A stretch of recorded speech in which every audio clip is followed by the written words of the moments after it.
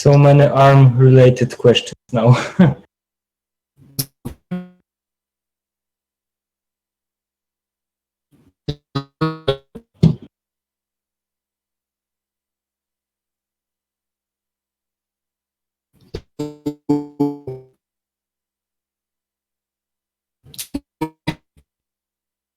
Sorry, JBC. We can't.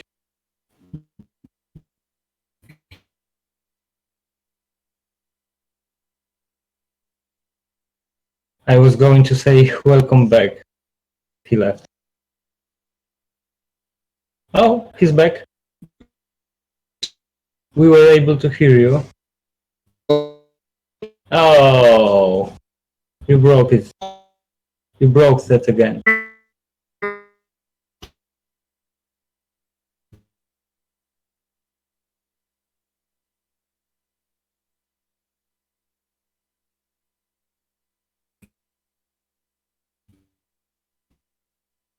No.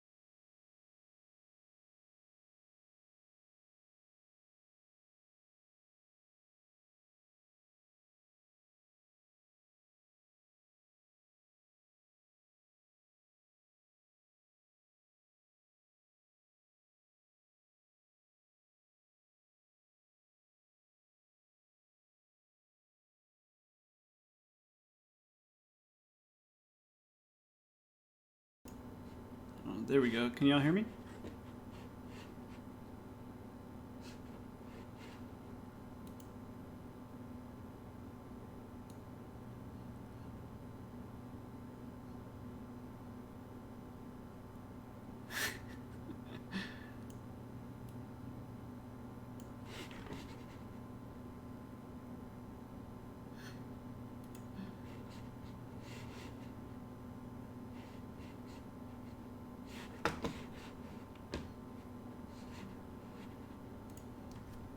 Trying to figure out YouTube streaming.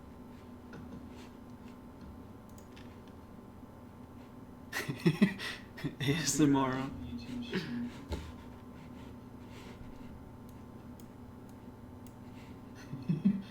ASMR.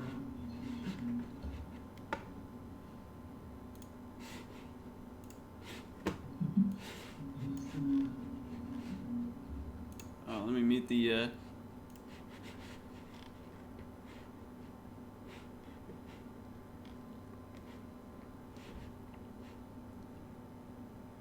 How do you actually get the live link to the stream? Like, I don't see it on the Stream Now page. Like, did you just get it because you got notified or something, or what?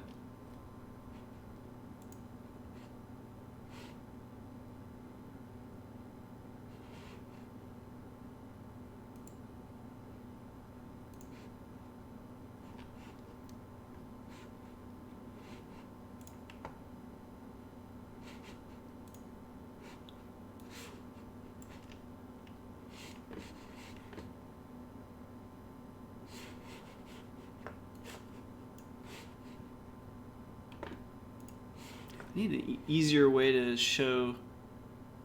So we have like the Discord chat, and then I've got the actual chat in from the live stream. Not really sure how to watch them all.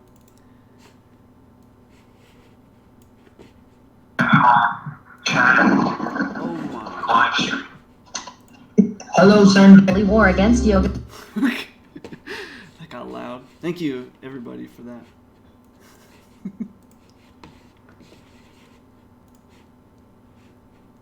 Maybe I'll just pull in Daniel to the Illuminati meeting. Oops, that's not Daniel.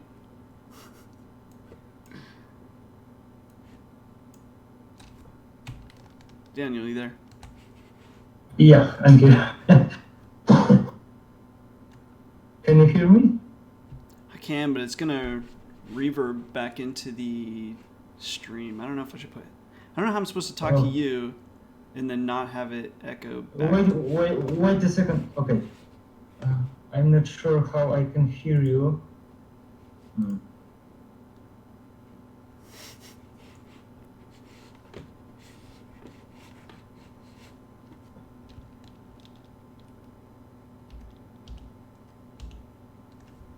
It's a lag. I can't really hear you on a Discord. I think that will be better for us.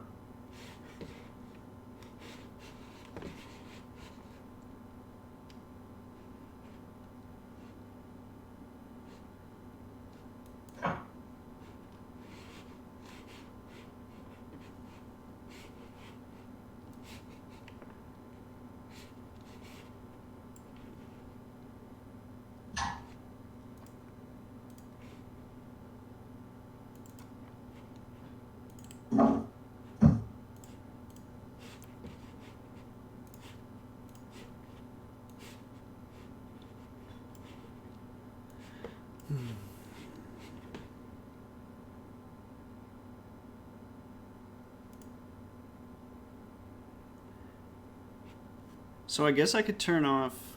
I have no idea. I don't know how to.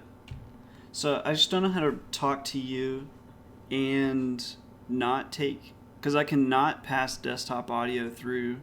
So I could just pass just the mic through. I think that probably makes the most sense because my speakers are right by the microphone.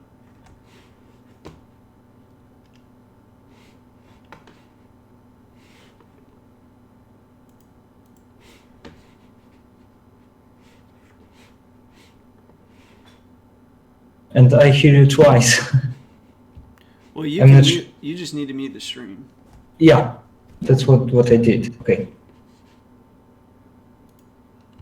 And you don't still hear me twice as long as you mute it, or what? Sorry. Or I was saying you're not hearing it twice if you mute the stream, right? Yeah, I can see. I can hear you just once now. It's a big lag on the YouTube, so if you want to talk, we need to. I need to hear you on the Discord. I have no idea how you sound on like coming through I wonder if I need to up the bitrate too. That looks pretty bad, at least from what I'm seeing.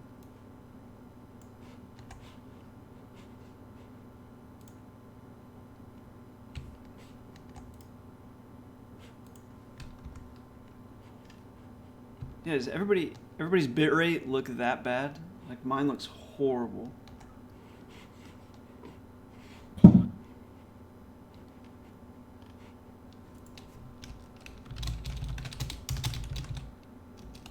Yeah, compression kills. You should. I'm not sure if it's a YouTube or maybe OBS.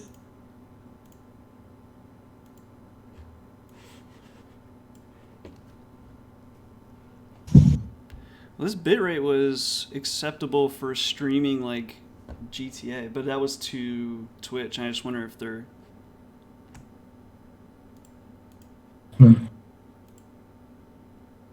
But there's also like 50 compression choices that you can make. I'm looking at it now. So, At least someone says 6,000 bitrate. At least back with the GTA stream, that was like, that would be way too much. Like 2,500 to 3,000 was what I did then.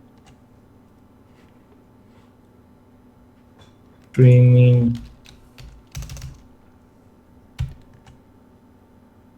What's the stream about? Well, right now we're just trying to set things up, and then once that gets set up, we're going to start messing around with the ARM, see if we can't make it a little better.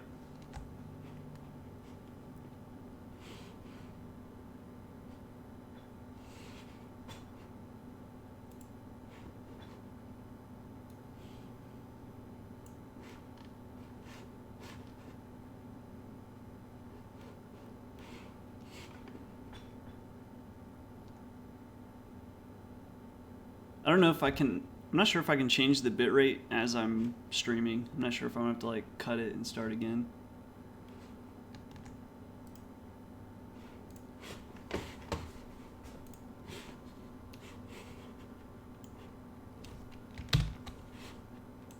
What I can say is that your voice is way clearer on YouTube than on Discord. I didn't catch that. What? Your voice sounds better on YouTube than on Discord. It's way clearer. Oh, well, my mic isn't really close right now. That's probably it. Oh, it's a different mic. Oh, is it? It could be a different mic. Sometimes it picks up the stupid microphone on my webcam. Oh, it's a different mic. Oh, is it? It could be a different...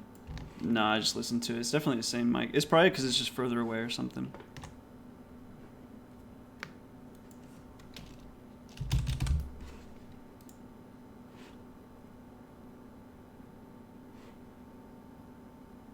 I'm pretty sure I can change that live. At least it went up in OBS. Let's see how that looks.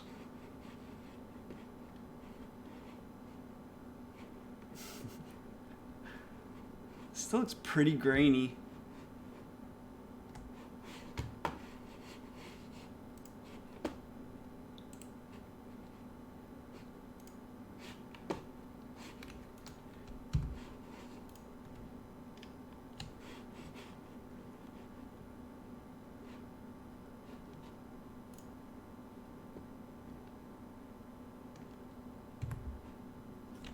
So that's a 5,000 bit rate.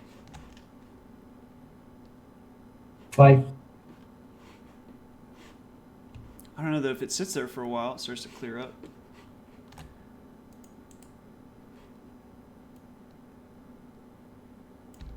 Say something, Daniel. Something. 1, 2, 3. Everyone's complaining your voice is annoying. Test, test. Test, test, test, test, test. It's still blurry though.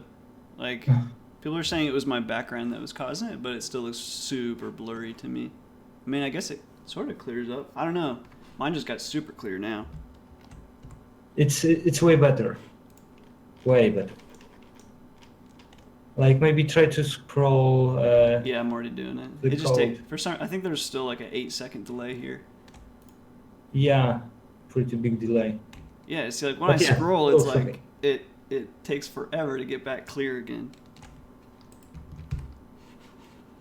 Anyway, looks okay for me now. Even when I scrolled, Yeah.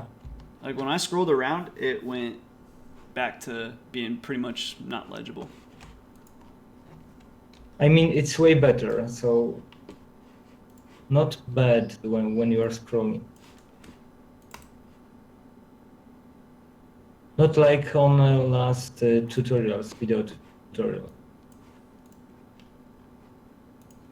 Oh, your background Yeah, that's what is causing some people were problems. saying. The background might be just too much, but I don't Yeah, know. Even if I look. scroll around, it seemed to go away.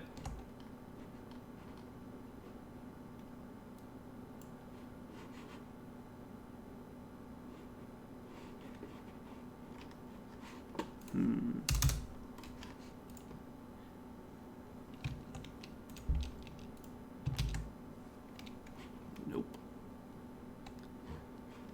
So now I got to figure out. For some reason, too, whenever I have like multiple cameras and stuff, and especially if OBS is trying to access this camera, I won't be able to get the ARM camera.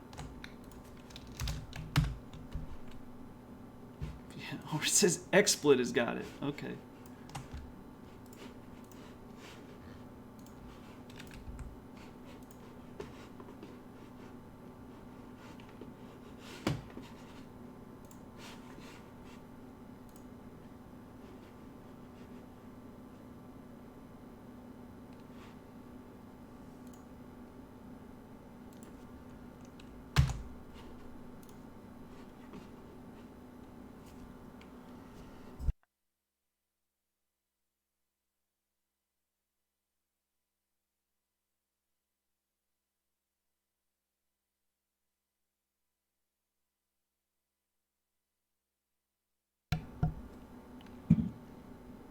No, OpenCV is not deep learning.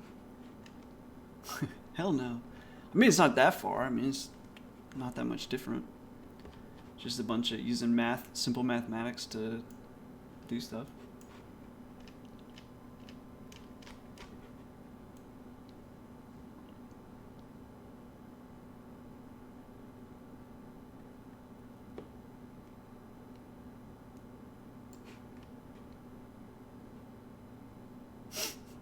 Anyone got some Zuck bucks?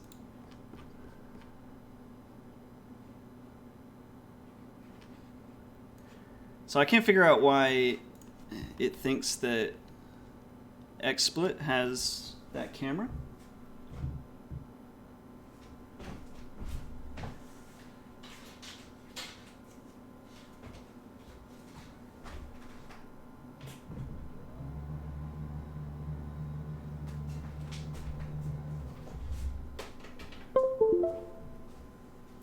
You're waiting because I have no idea what I'm doing, so.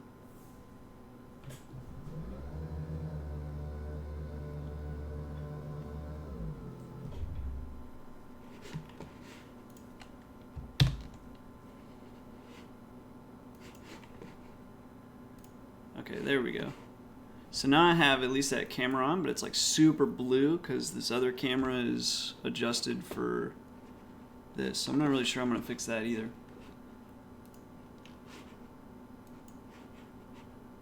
Unless we create new values for the red. I think that's not going to get detected.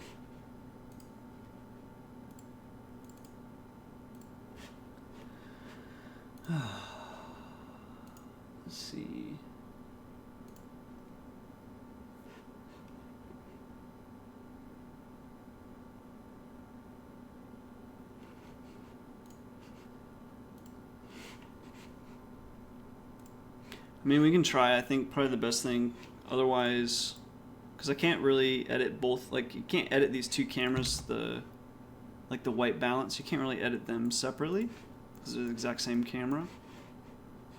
So we can, I guess, filter specifically for for this blued out photo.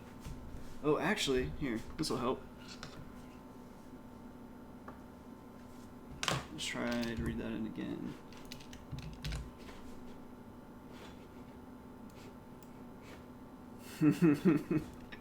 I mean, it definitely is picking up the puck. Just a little extra there. Yeah, but if we just...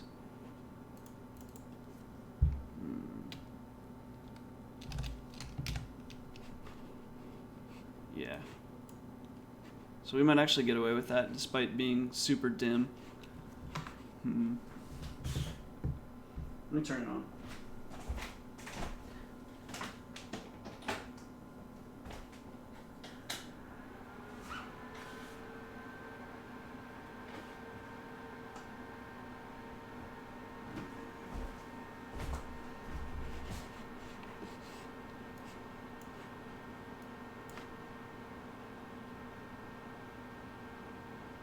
So the problem with the lamp is I don't really think that's gonna, like, that probably wouldn't be evenly lit unless the lamp was like way over.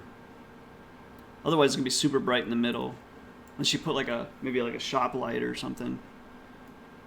But I feel like that's detecting it pretty well. Oh, maybe not. That's way quick.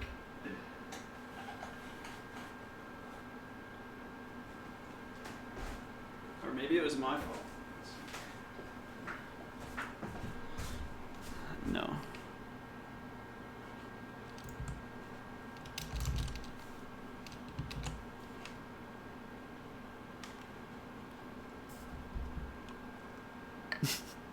Make the board transparent and poke a lot of holes. I'm not quite sure how you would do that. Buy like a piece of plexiglass or something maybe? I'm not sure.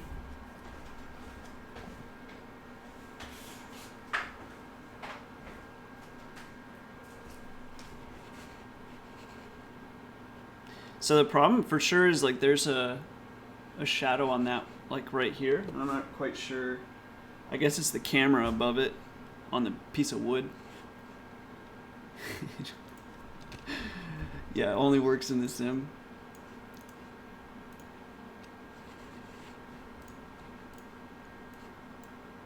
We really need a way. I might have to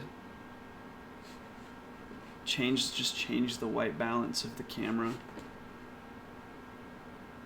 Let me try.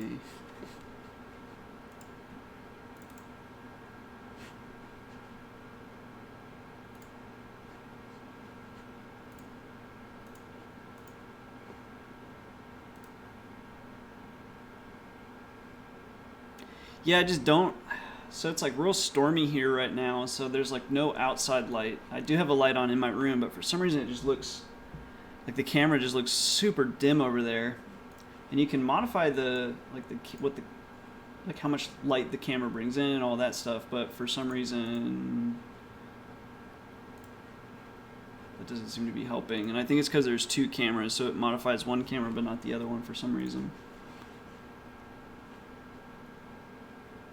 Yeah, I mean, that's basically what I'm trying to do, Nebula. I just, it doesn't seem to be taking effect for some reason.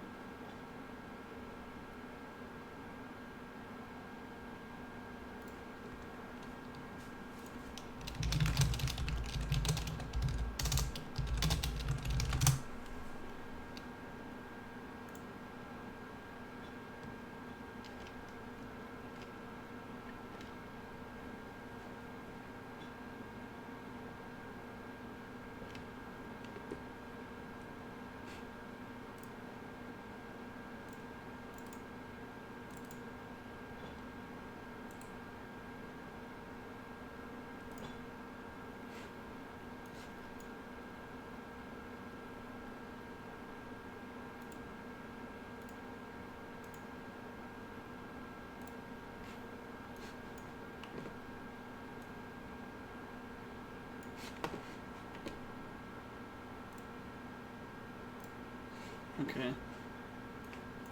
So I forget all the spots that we couldn't actually see it. But I'm able to mess with the settings now at least. Let me try that.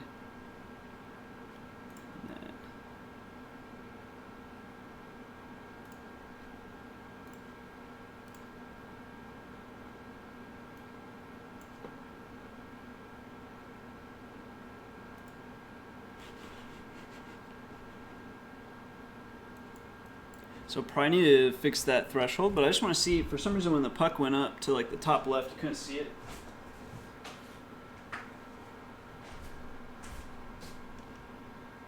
Man.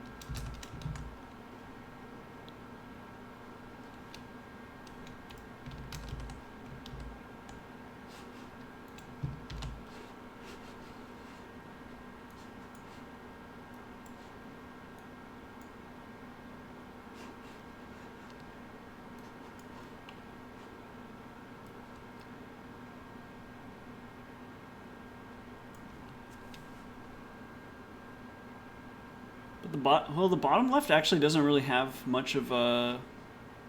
I mean, there's like the shadow from like the bar of the stand. That's. I mean, I see those, but the puck's not really fully in there, so I'm not really sure why that would be causing that there.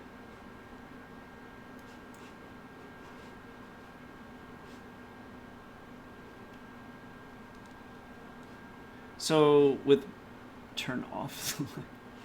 I don't think that's gonna help.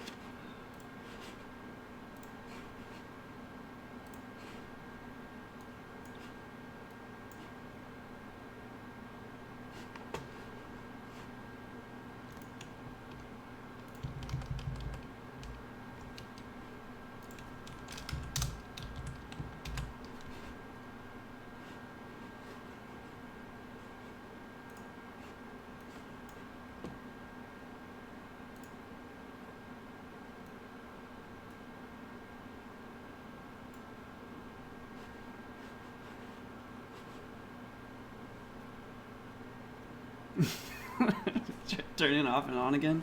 That might help, actually. That's what I had to do to the camera, believe it or not. So sometimes it does work.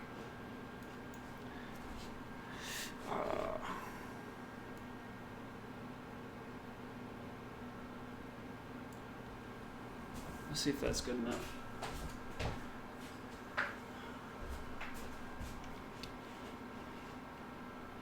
That looks about right.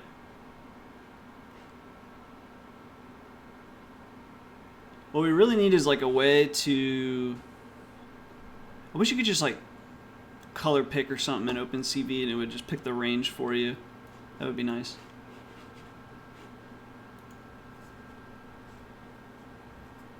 How to get into open source projects? Go to github.com and start taking part.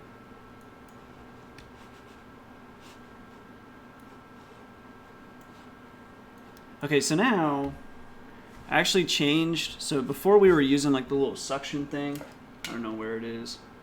Anyway, we were using that to grab the actual striker. But that kind of got problematic because for some reason it would get tilted up or down or whatever. And then eventually it would get lifted off the board and the puck would just go like right underneath it. So I changed to a little gripper thing. So now we got to fix that and get that to actually hit this butt. So let me add. I actually had it off of the box. So I gotta set that back up. But at least we have the puck now. Let me save that. Mod Scott. Let's see. I'm pretty sure Scott is a mod on the in the comment section. But it doesn't look. I don't know if he is in here.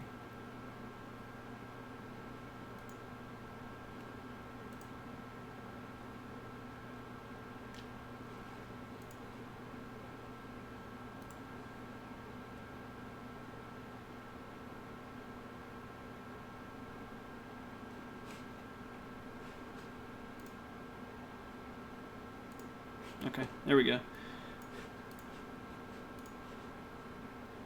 How many monitors? 4. And then probably a 5th if I connect the other computer. But right now it's just my main PC is connected right now.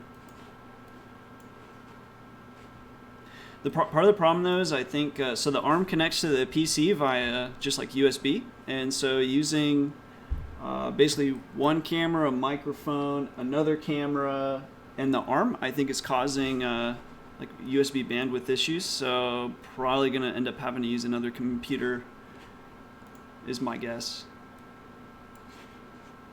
It's just a little too much. ARM based on Arduino? No, there like you can use an Arduino with it or like a Raspberry Pi, but I don't even know. Like it's just like a totally custom ARM.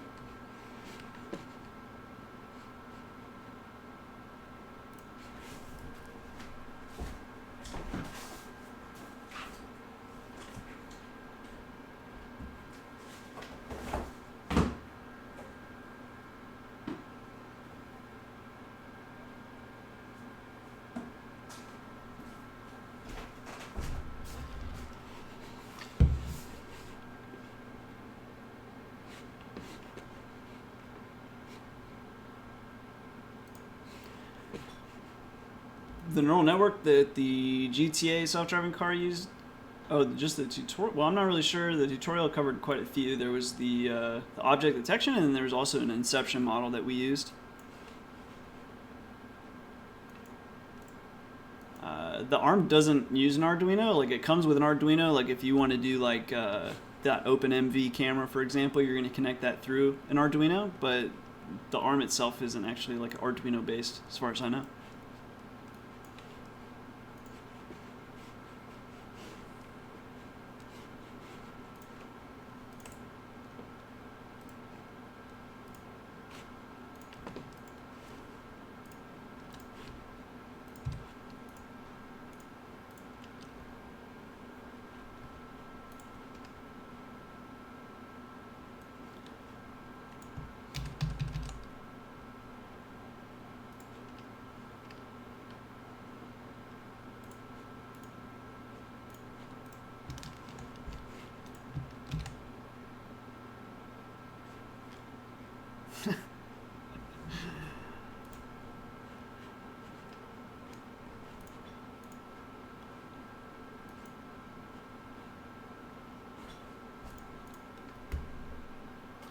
It would probably help if I plugged in the ARM.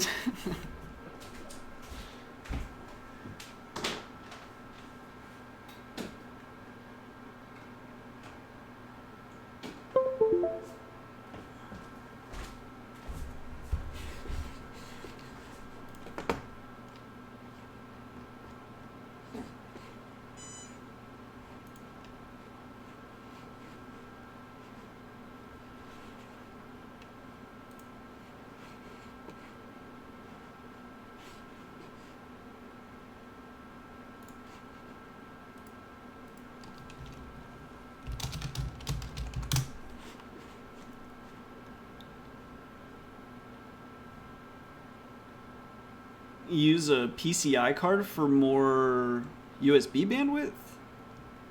I honestly don't know the answer to that.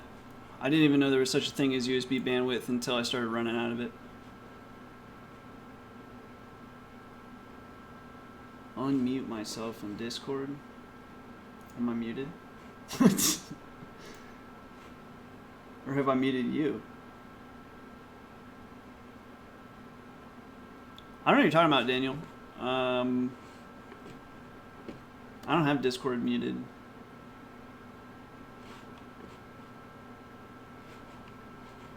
Okay, so I can hear you on Discord, and we can't really talk with such a big delay on YouTube.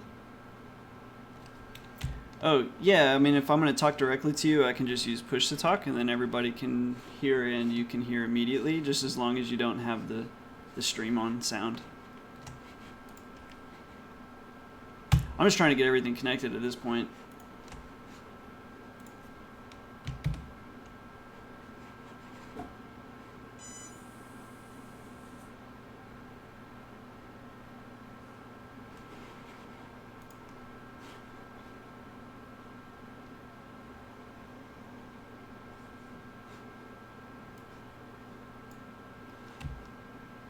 The Swift ARM uses Arduino Mega 2560.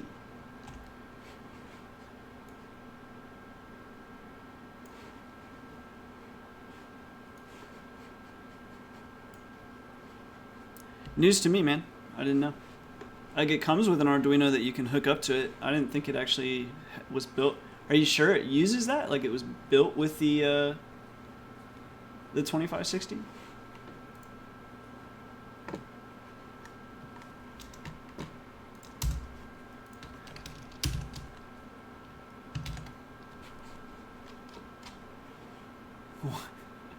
Why Windows? I feel like I've answered that question like a bajillion times. So where's my ROI window? You gotta shut this door.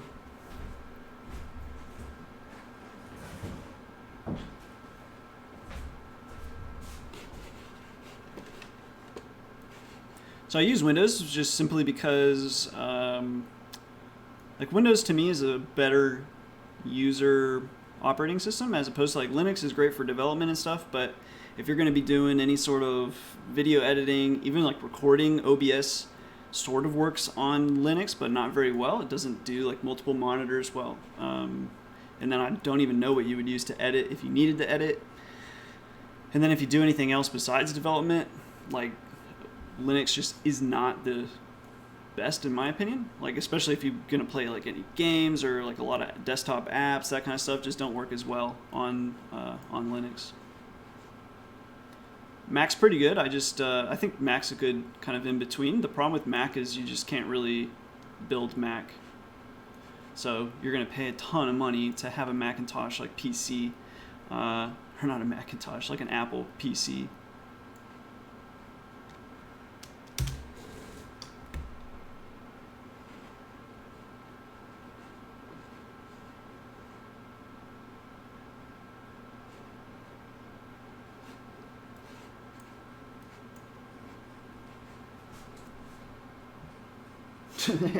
So right now the arm is just way too high. I'm not really sure. I don't think you can actually see. So this is the raw feed. Unfortunately, you can only see like just the base of the arm. So he's trying to hit that puck, but he doesn't have the striker, and he's way too high. But anyway, that's working pretty well.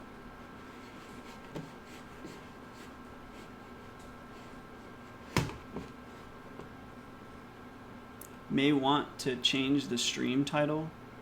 I'm pretty sure it just says Sentdex live stream. Am I wrong?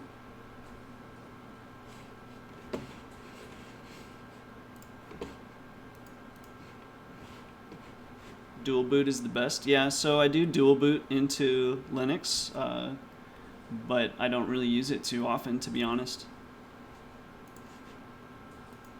I used it in like the original reason I booted into, or I dual booted Linux was for like deep learning with TensorFlow because it just didn't really support Windows very well initially, but since at least a year or something, I mean, it's been fully supported on Windows. Like I just have no reason, like Windows is fine. The only thing Windows doesn't do well is like, I guess some development stuff and like putting like packages on Python is a pain in the butt, that kind of stuff. But even then, like once you get used to it, it doesn't like slow you down, I don't think.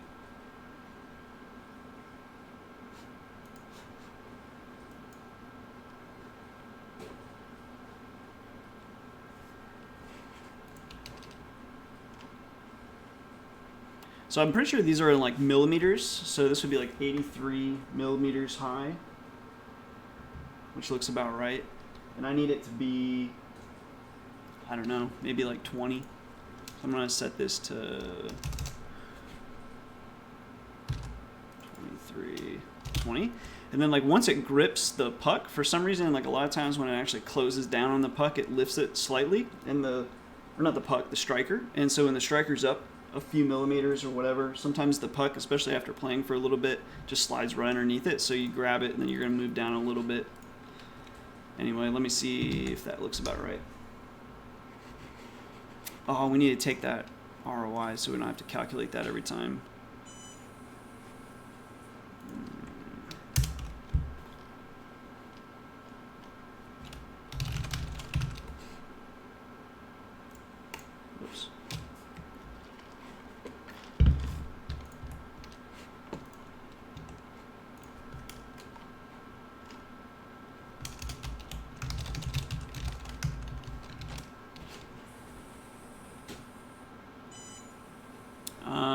dual boot makes a problem for a hard drive in the long run, except for like running out of space. We just got partitioned out, but I can't imagine why a dual boot would negatively impact a drive.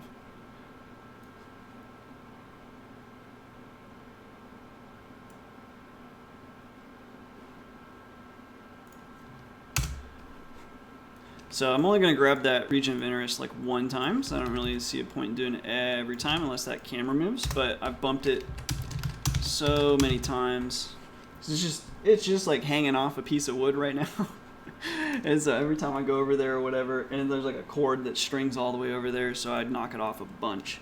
But hopefully this will be fine, at least for the stream. Speeding up CV2 with CPython. I'm not sure, man. I'm pretty sure CV2 is already pretty well optimized. I can't imagine that there'd be much more for that to go. Like, I think a lot of OpenCV is C. And I'm assuming you mean Cython, not CPython, because CPython is what we're using right now. I guess, I'm not sure if this just never closed or what. So even at 20, that looks pretty high. Let's try, let me see what 0 looks like, I suppose. Or 5 and 2.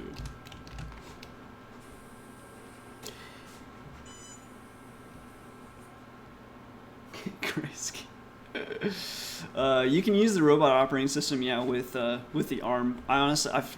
I think I've used the robot operating system one time, so I don't know much about it, but I haven't done it with the ARM. But yeah, the ARM does support that. Go away. Can I search in a video for keywords? I have no idea what you're asking.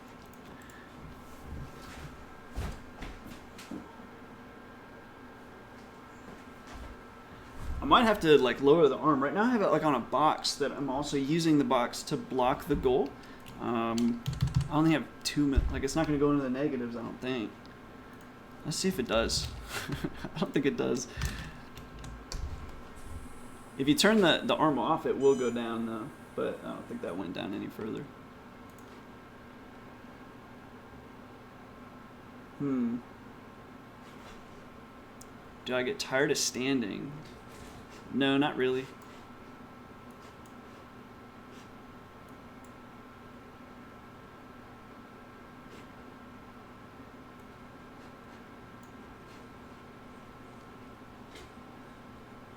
I mean, we could give him the striker and see how he does, but right now the gripper is like too far above the thing. I think it'll grab it, but I'm not sure how well. The cargos are back. Am I in no, I'm not in cargo shorts. There are side pockets here. Unless you think all like beige shorts are cargo shorts. You're mistaken, sir. This isn't quite the same place as episode 4, I don't think, because we didn't talk about, like, for example, where is it? Yeah, like this stuff. So the arm was moving just way too slow. But you can send these commands, and like what this does is it changes the acceleration of the motors in the arm. So this is just like your G code that we're just sending straight to the arm.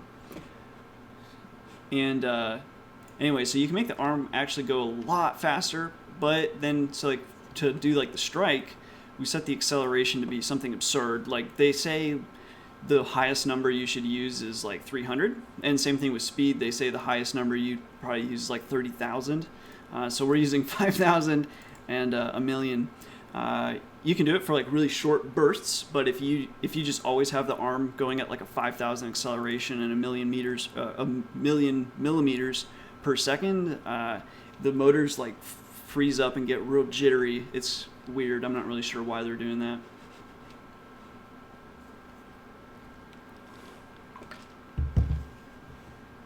Super glue. I'm not sure who you're responding to there, Mick Time, unless you mean literally super gluing it to the arm. I don't really think I want to do that. I could super glue something to the arm though, that would be doable. But Otherwise, no, don't think it's a good idea.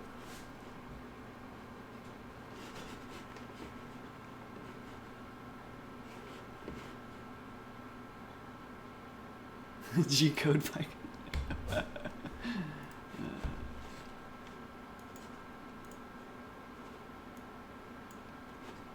don't know what the rules are on YouTube with streaming songs. I know at least on Twitch you can pretty much get away with anything except for it'll get muted in the playback later.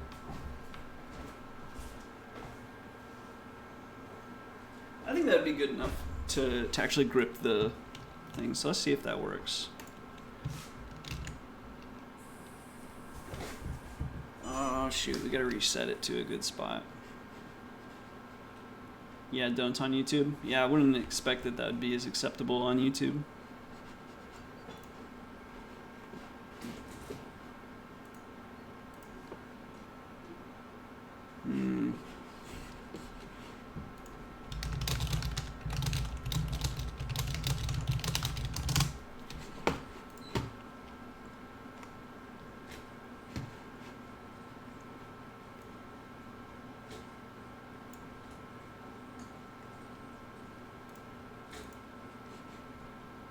So when I'm resetting the arm, for some reason it's holding that position, and I'm not really sure why, because the Y should be the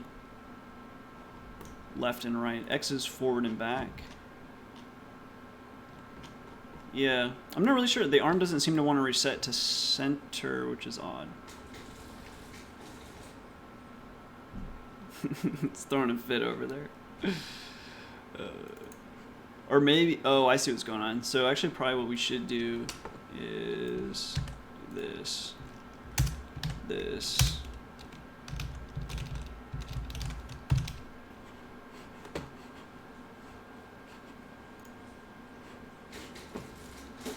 I don't know if y'all can actually hear that arm, but that's the arm freaking out over there.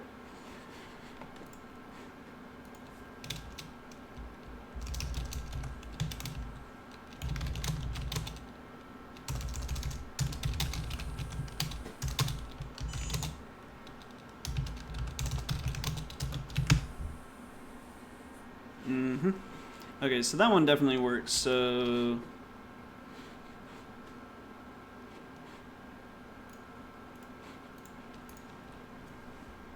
and now I'm not sure why this threw this error. Almost like I got nothing from the image for some reason, from the camera. Hope that didn't just die on us.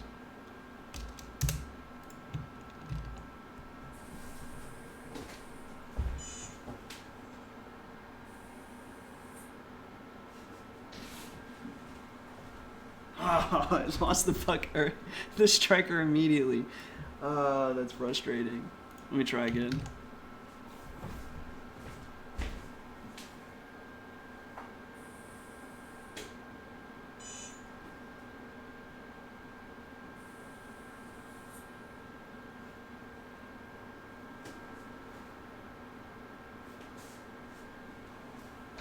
Okay, now it's like in the center of the thing, so hopefully it'll be fine. So sometimes one of the things I'm having a hard time doing is, like right now, things are just like frozen. Like it's just not doing anything. And then it like finally wakes back up and he's just trying to get in front of that puck.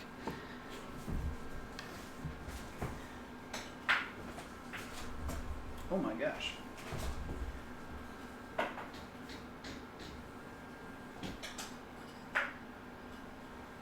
Oh, see, yeah, it died again. Oh.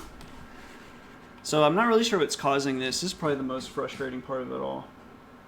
And it froze again before the hit. Looks like the arm is living its own life. Yeah. Ah. See, I definitely think we have like a USB bandwidth issue because like it's happening way more frequently. Yeah, at least it hit it that time. It's happening way more frequently now that I'm using both cameras.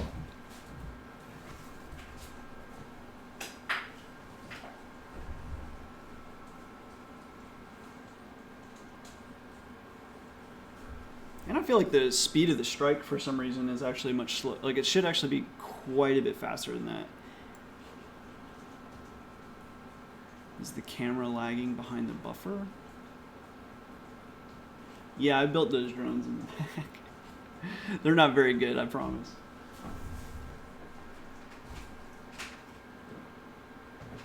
So this one has to, the board is meant to be like diagonal, and I just like screwed it onto a piece of wood to make it work.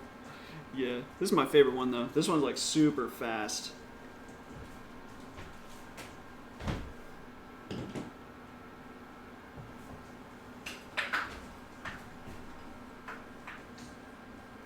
Yeah, it's also like, it's just striking unbelievably slow. And it shouldn't be. It should be modifying right here to make that strike. Like usually that strike is, like you shouldn't even be able to see it move on camera. Like it's super fast if it works right.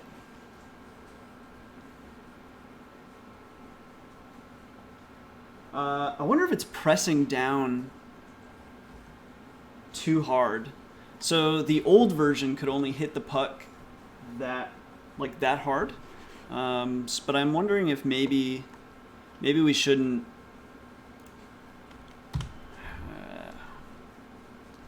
I don't think it's actually going into the negatives, but that could cause the problem if it is. But I don't think it is. Just do this.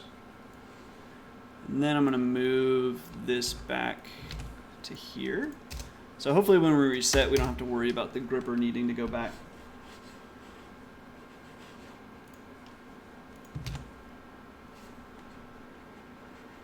Can the ARM mine Bitcoin? I don't think so. Oh, see, you can definitely tell the ARM's moved itself.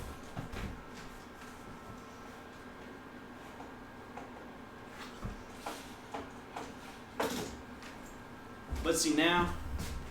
I don't know if you can tell, but the puck will go right underneath it because it like lifts it up just slightly. Yeah. So we definitely need to lower it a little bit, but we did. Let's do.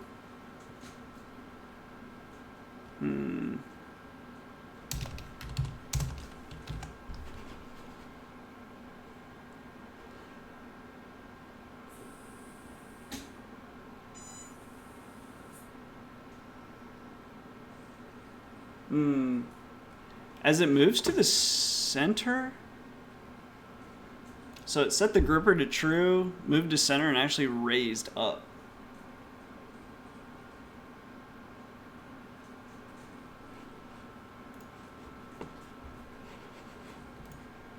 Which is weird, because the Z should be up and down, and if anything, so it set the gripper to true and then moved.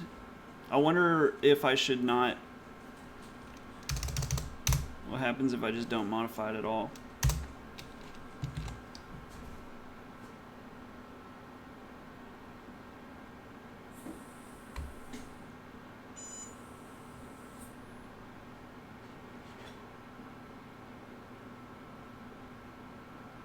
Yeah, Dr. Smith, that's probably the hardest thing right now is getting it to just stay pressed down always. Keeping this puck from getting stuck. Oh my god. And it froze again.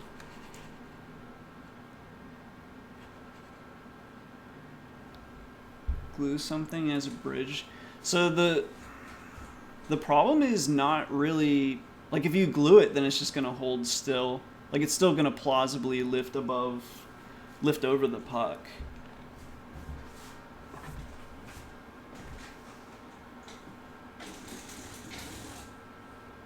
Settle down, arm. There you go. I also don't know if we would. I'm not sure how to stop it from freezing like it does now. It seems to freeze when you move the puck real fast. I think it just freezes whenever anything happens real fast, to be honest. A lot of times, like after a strike, for example, it'll do that, but I'm not really sure how we can make that better. We could change the acceleration, and then you could also change like, so right now the ARM is theoretically processing as fast as it can because we're just going through this,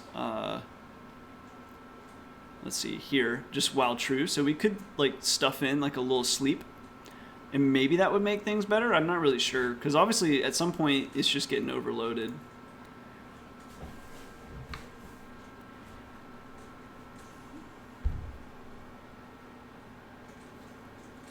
No, I don't know if the webcam frame rate would be enough. Right now, at least, you know, like that's probably something that'll come up as we continue on. But like right now, probably the biggest thing, like for example, like it hasn't frozen at all this whole time. It's been trying to just set up for this puck as if it was moving. And it hasn't frozen at all. So I'm a little curious why it freezes when it's making bigger movements. I'm just not sure what's causing that. You don't think it's a USB and your face camera doesn't freeze? Honestly, don't know enough about USB bandwidth, but usually in the past it's been my microphone. Actually, it'll like start making weird noises, but I'm not really sure like how the computer gives things priority necessarily, or if it would just degrade everything. So instead of adding weight to overload the motors, I wonder if you just added weight to the puck. Or just like added some weight at the end of the arm just to always keep it pressing down. But the arm will press down. The problem is it doesn't seem to, like if you set the arm to be 0, right, Z of 0 millimeters, as it swivels to the left and right, you can actually see it changes its height just slightly, which is too much for this puck. I mean, the robot can't. You could definitely use OpenCV to detect a puck's velocity, though. Same thing as what was being discussed before, like using motion blurring and stuff like that. You could use the blur to attempt to figure out how fast it was going, or just how, you know, between frames, how many pixels has the puck moved, or something like that to detect the speed.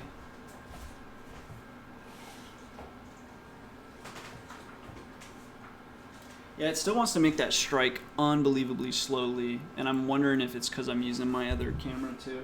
Because before it would make that, I don't know how to express it in words, but it was a violent strike would be the word I would give it.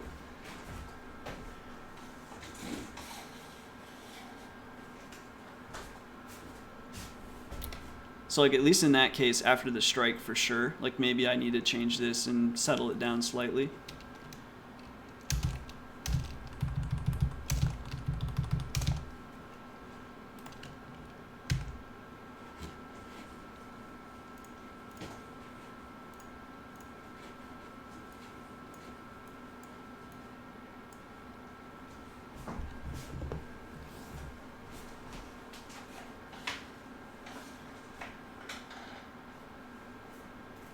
So I think it froze again there.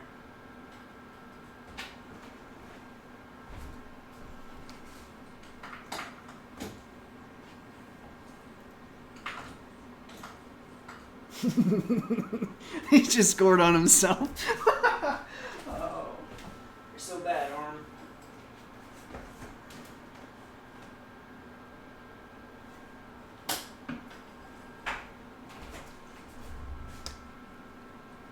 Oh my gosh, puck. Am I causing the freezes? I don't know how I would be causing them.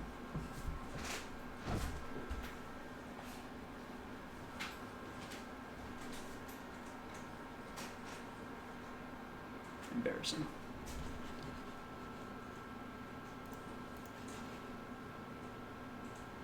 It freezes when it doesn't detect the puck and sends a weird instruction. I can't really tell if the puck is disappearing when I go over there. I mean, that's possible.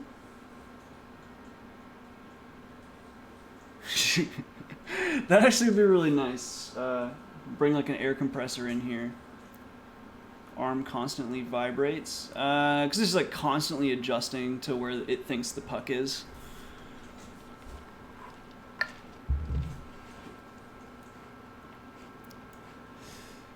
I'm tempted to just slow this down with like a slight sleep, possibly.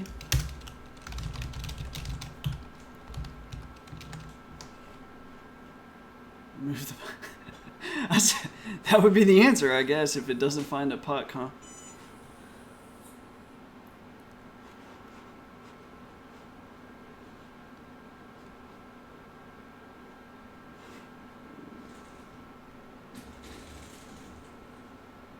Why is that puck? That puck is just not moving very well. I think I have another one, or maybe I should flip it over.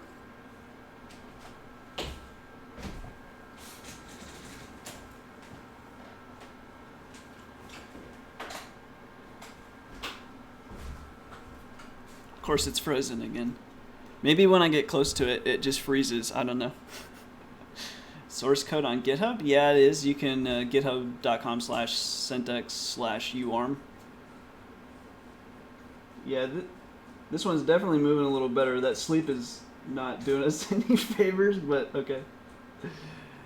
I don't know why it keeps moving that way too. It needs to hit the puck.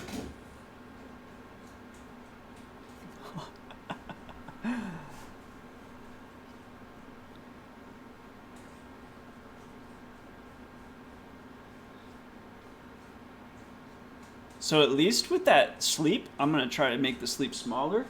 But at least with that sleep, it's definitely hitting it. Unfortunately, that also makes the camera feed lag every 0.2 seconds or whatever. But now it's hitting the puck consistently. Oh my gosh, we made it 3/4 of the table with that hit. That's a good one. Fail. Oh, I just froze. That was too much for it. It might be the case too that maybe so at least the desired Y is a legitimate, like if you send illegitimate coordinates or something like that to it, that kind of makes the arm pretty angry.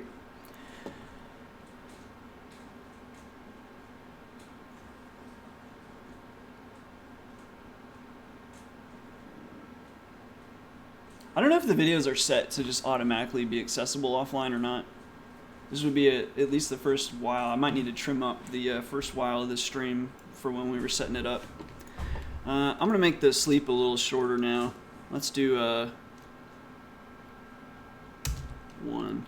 But that, at least it seems to be freezing a whole lot less.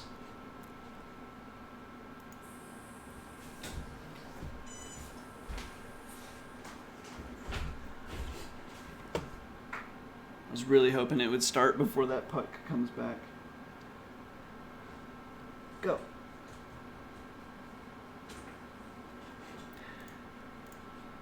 So now I'm thinking, I can't bring up the... There we go. So I made the sleep at least a little smaller. That seems to be going pretty well. It's still striking like unbelievably slow. It shouldn't be going that slow. I'm not really sure why. Uh-oh. If only it hit it a little harder, that would have been a score. When you issue a move command, it could go either way, Lucas. You can make the move commands either async or synchronous. Just remove the freezes. Well, the freezes are what's actually helping the code continue to run right now. It seems like it really wants some sort of delay. I just halved the freeze for now, but we'll see.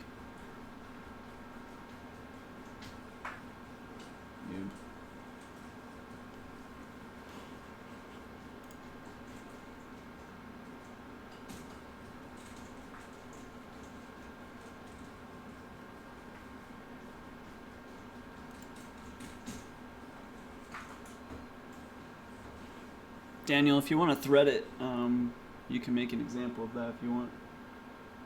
I can't decide if it... I think it just... Yeah, okay, yeah. Whenever this starts glossing out. Maybe it is. I wish I need to... Yeah, so... For some reason when I'm like pulling up the screens, they're just like not showing. But there's the other one. So I do think maybe there's something to it if there is no puck on the screen.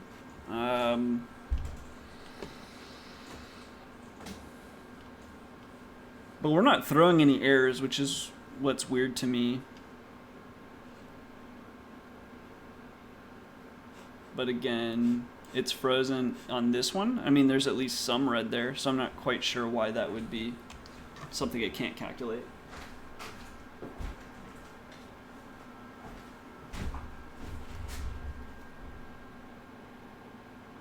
how well this is going. Don't need no stinking neural networks. Who needs them? Do you have of trajectory? No. Literally all this is doing is just figuring out where the, like basically the Y position of the puck is, and it just attempts to match it. And then if the puck goes to like beyond a specific X position, it goes to strike at the puck, and like that's it. That's all it's doing. I think I just went over that again. Oh, that's very frustrating.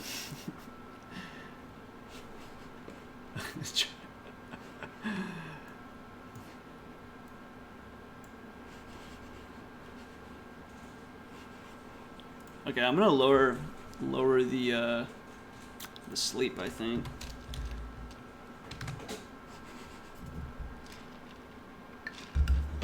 Lucas, the async could be a problem, except for two things. One is I don't actually think, let's see. Whoa, that arm just freaked out. So actually these commands are all asynchronous commands, but at least via their documentation, the swift.flush command is waiting for all the asynchronous commands to complete. So it shouldn't be a problem, but their API's been problematic before for me as I've been messing with it. So that could be the problem, but I don't think so. CPU usage. That's a good question. That's a good question. Let me see.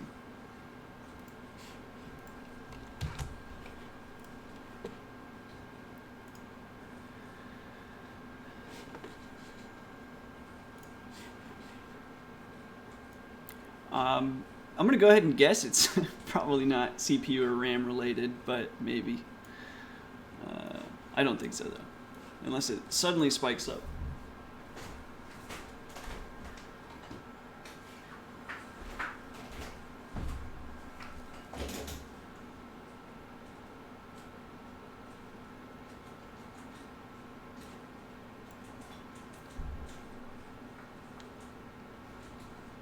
Is that puck too high again? See, that's very frustrating. I feel like the arm slowly starts raising up. Yeah, so this is a good one. So definitely there is no puck up in here. So there's probably something to that.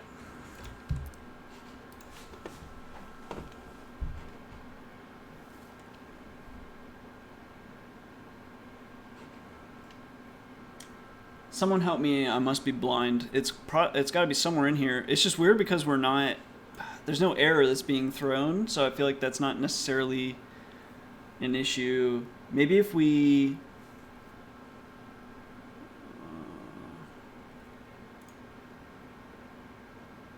we could just grab a length of any of these X's, Y's, whatever's, and if it's not long enough, like if we don't have enough red pixels, we should probably just pass and not do anything with the arm.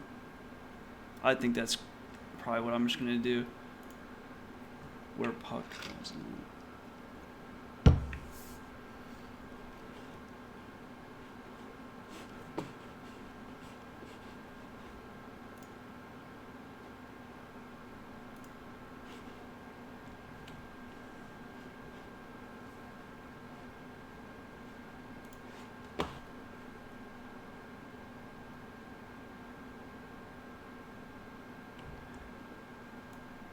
1,300 for the U arm. Is it really?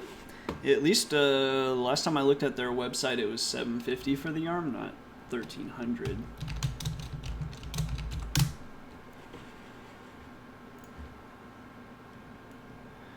That's probably as soon as I released the video, they raised the price.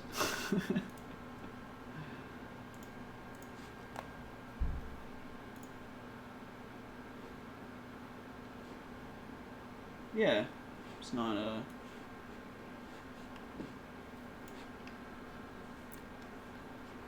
I'm not sure where you're seeing 1,300, but yeah. I mean, obviously the knocked out price, I'm not sure the arm's ever been 1,300 for real. 750, yeah. 749, and then like you can buy like each of the little pieces. Honestly, if you do like for laser engraving and 3D printing, like if you wanted to 3D print something really small, I'm not confident the arm would be good enough, especially like unless I can't figure out why the X, like the height doesn't seem to be working right. Like it does seem to slowly be creeping up, which would be a massive issue for 3D printing. But the laser engraver is actually pretty cool. Like I made a couple signs and stuff with it. It takes a while, like if you want to get a nice deep engraving, but I did like probably 20 something plus passes, and it was super accurate. Like it never messed up or anything.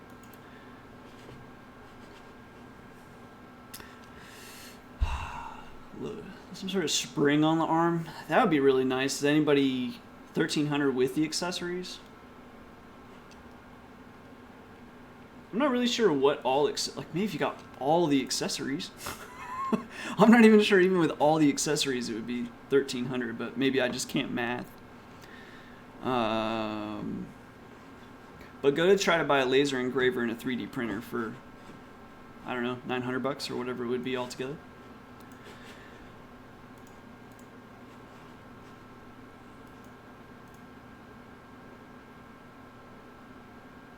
Cylindrical.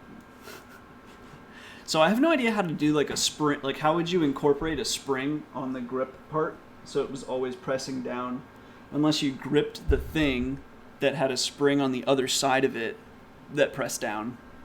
Other than that, I'm not really sure how you would set that up.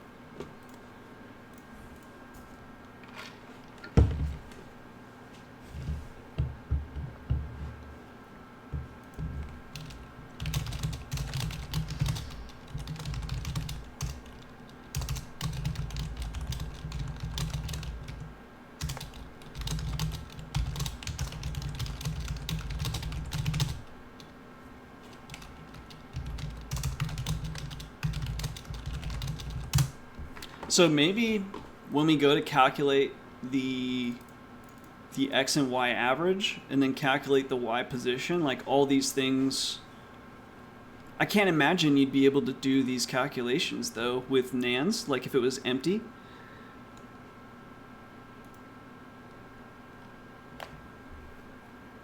But I wonder if somewhere along the lines we're passing like a non-numerical figure to the arm, and like that's what's causing the whole problem of freezing.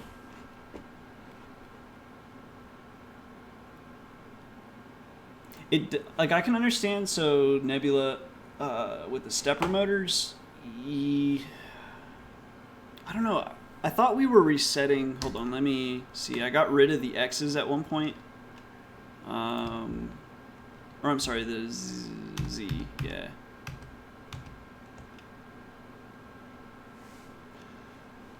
So I wonder if that's right, we should be able to. I'm lost in my own code. Where's the gripper? Oh, right here. So X, Y.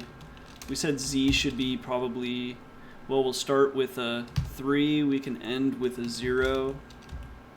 Or actually, let's do a start with a 5. End with a 2. And what we could do is we could always pass a Z equals 2 or something like that. So if it could go back to where it started.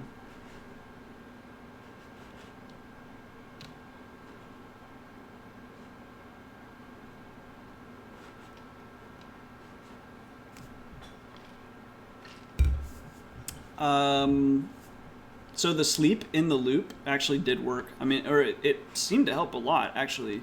So there's like 2 scenarios where it seemed like the arm was freezing. One was when it actually went to make a strike. I would say like half the time the arm would freeze. And then the other half of the time was apparently when the puck would just disappear. I just didn't really notice that because I wasn't staring at it. I was moving the puck, but my shadow was hiding the puck. And so we're wondering if that's the issue there. So I think what I want to do, so X, Y, so every time we set the position, let's set the Z to be 2. So hopefully that'll hold. If that's true that the stepper motor was just slipping or something like that, hopefully we can just keep resetting it back to 2, and that will be good enough. We'll see. So let me add that sleep back in. I got rid of it when I was doing the Control Z's.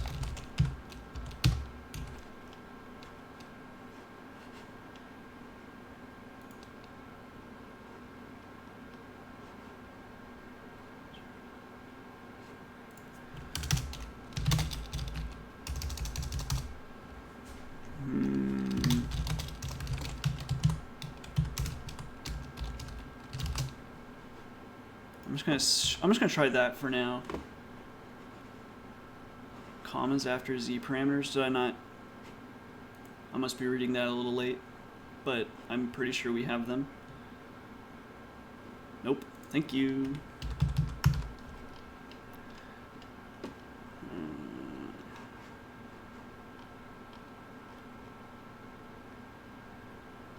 Okay, let's see how that works then.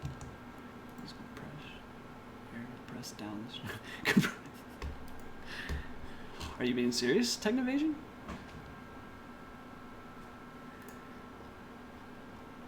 So 808. The conversion is basically like we know. I thought I wrote it down. Oh yeah, I did. So like the arm's maximum coordinate, let's say, is it goes from positive 220 to a negative 220. So then you take the puck's location on the screen after the region of interest, and you calculate where it is in the Y location, like percentage wise, and then you apply that percentage to the arm's min and max, and then that's how we're normalizing it, and then I'm just setting it to the exact same percentage setting. So that's it. Let's try to rerun that again. I don't even, is the puck there? It is there, you just can't really see it.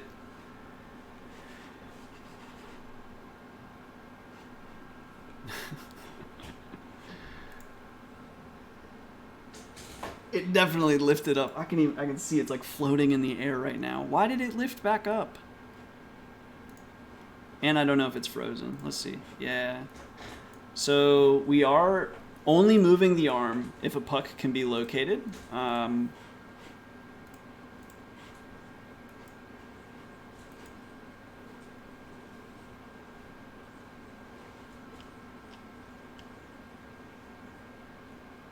So right here, if the len of our x's, so that's if it can find more than 5 pixels that are red, then we're willing to try to move the arm.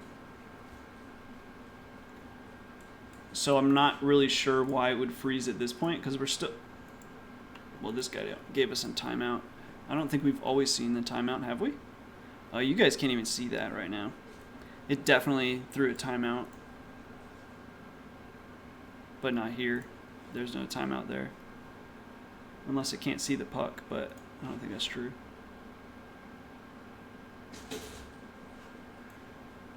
So, oh, you jerk.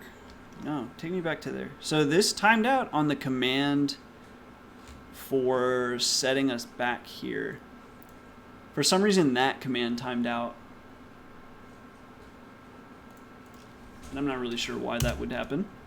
I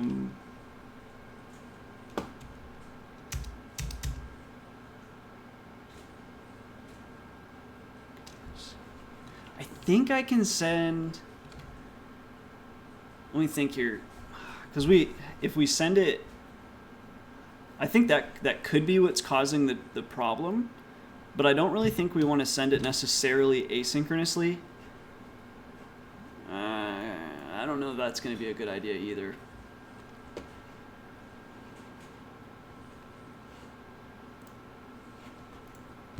I'm going to try that because clearly, at least to start, we got a timeout here, but then it froze again and it didn't say that same thing.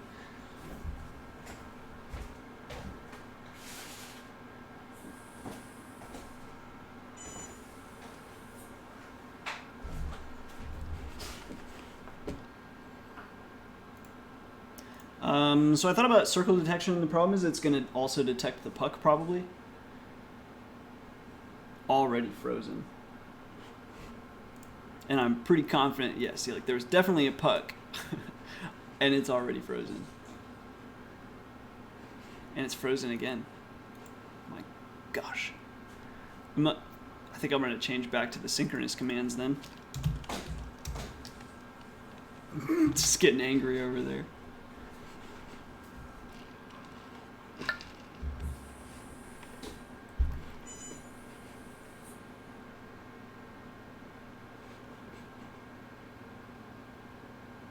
Best GUI in Python. Yeah, definitely PyQt, but I'd seriously reconsider why you're making a desktop-based, application these days. That's definitely. Yeah.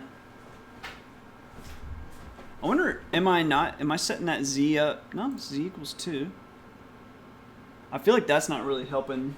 So he's back above that puck pot, slightly at least there. And another timeout. And let me pull up the puck though. So definitely, again, another timeout, but the puck was definitely visible in that. Now it's stepped.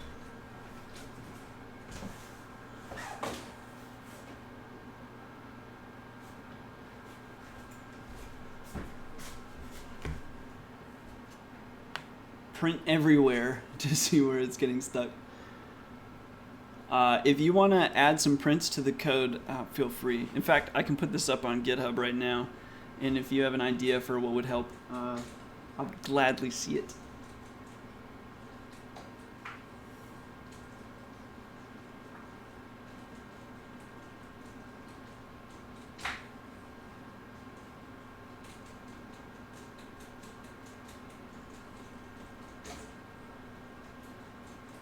That's a good hit, at least.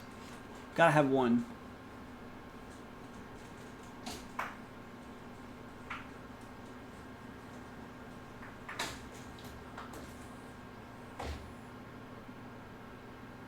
At least there, the arm got stuck like on the side, pressing way too hard. So I'm wondering, I think I could. So 220 is the legitimate min and max for the arm, but I wonder if, yeah, that's the Git repo, but that doesn't have this exact code in it. So let me update that, and then I'm also, I think it would be wise to change the min and max, because when it was pressing against the wall, it was not happy about doing it.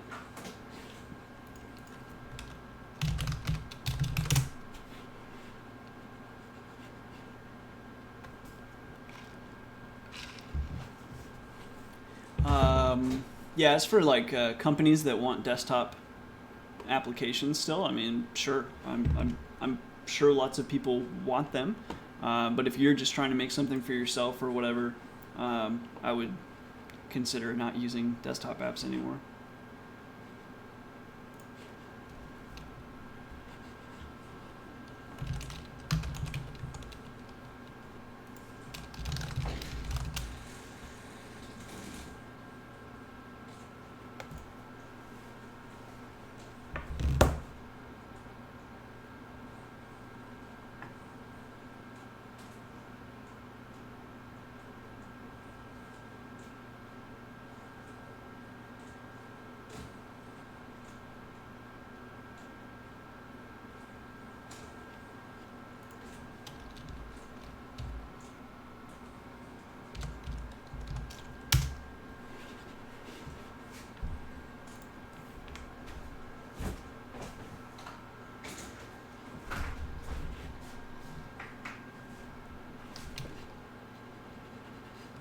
Yeah, it also definitely seems to be like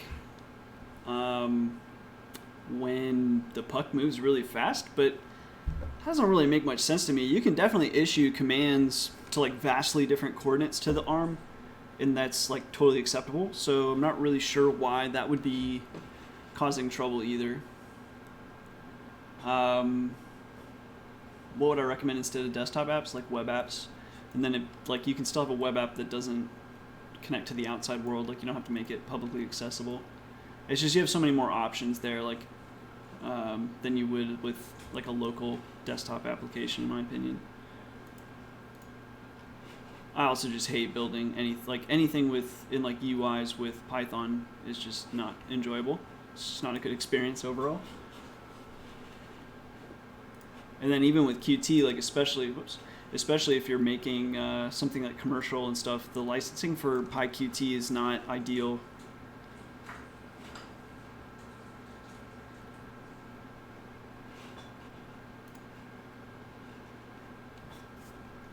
Rapid commands. Well, the issue is like we're not issuing rapid commands anymore. We've got the sleep in here, so that's not really. That can't really be it. I mean, it was doing even better with like a 0.2 sleep, but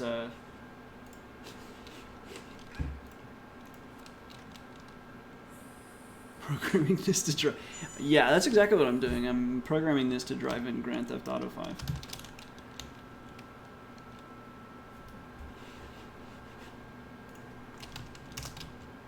Okay. What?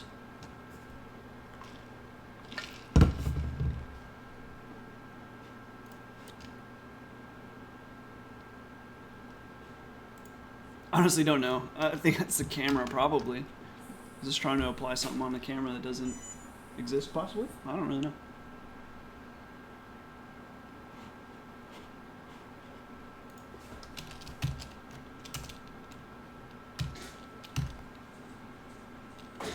Interesting. Let me upload this code real quick to GitHub.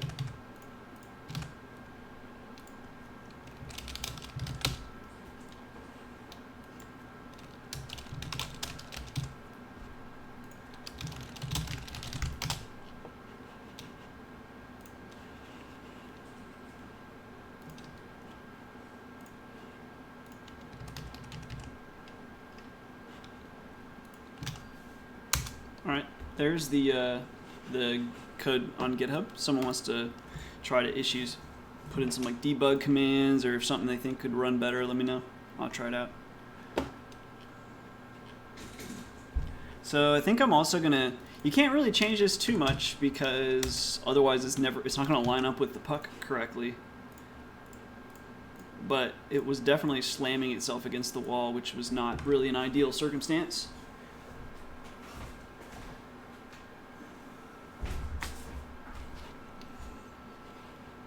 Go!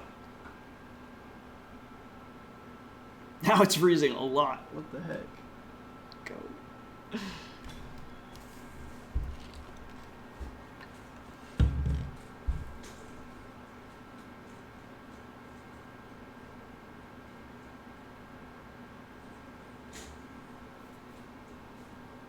So what's weird is like as the puck moves,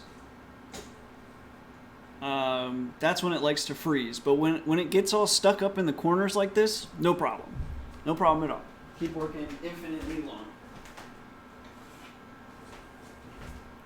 Okay, until I go over there and move the puck, and then it freezes again.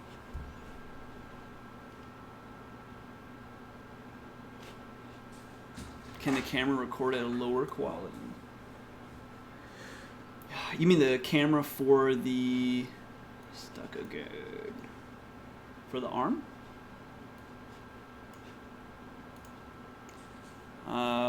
We could try that. So I could change the rescale factor so it's not as large of an image.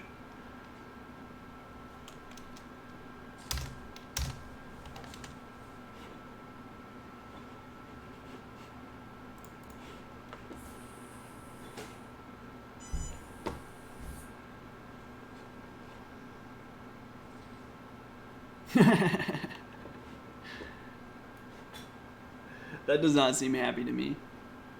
And I'm not really sure how come that got trimmed so badly.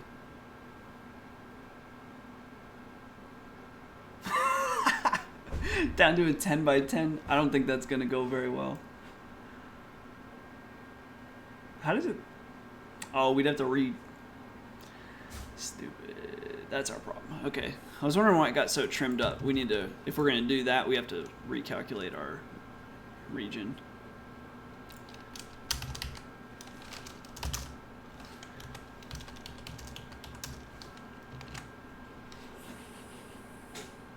A web application tutorial? Yeah, I've got Flask and Django. I might do tornado at some point. What? I don't know.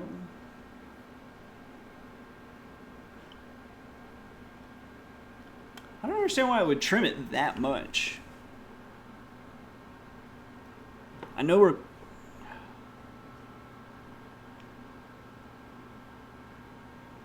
Could you put a camera on the arm? Yeah.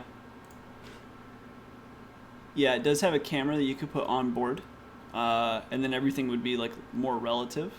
I just thought an overhead camera would more likely be like easier.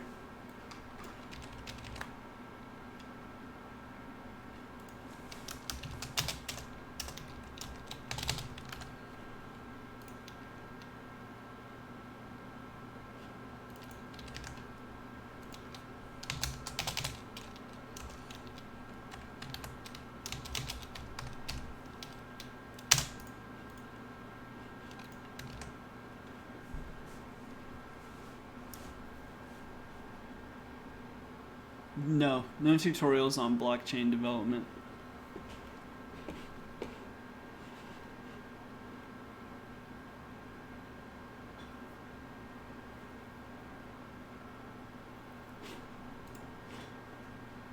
Oh, this is like hanging. How often do I stream like this? I've been streaming like this every day for 10 years. What?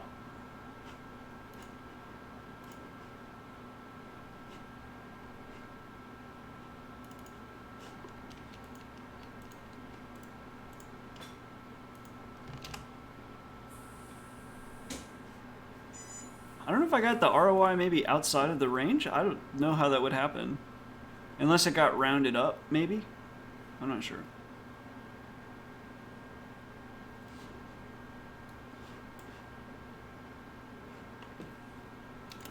Stupid. How come nobody told me to comment these out?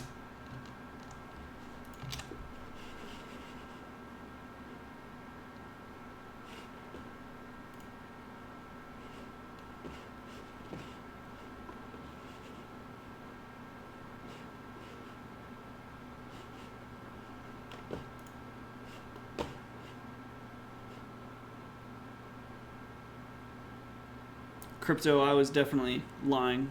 This will be the first time I've ever streamed on YouTube, so.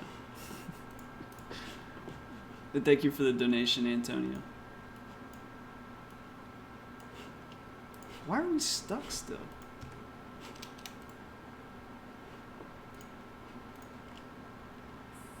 Here we go. Lisp tutorials.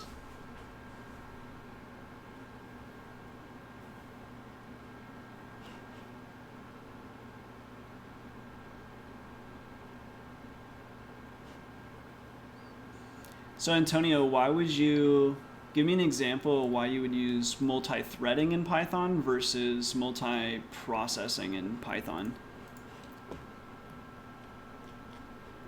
At least for me, like threading in Python seems kind of pointless.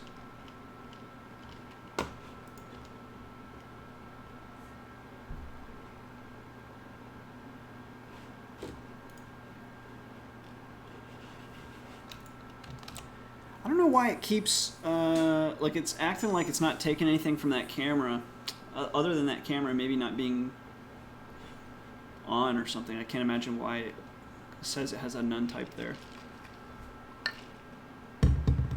No, that's definitely working. Where is our puck? It's missing.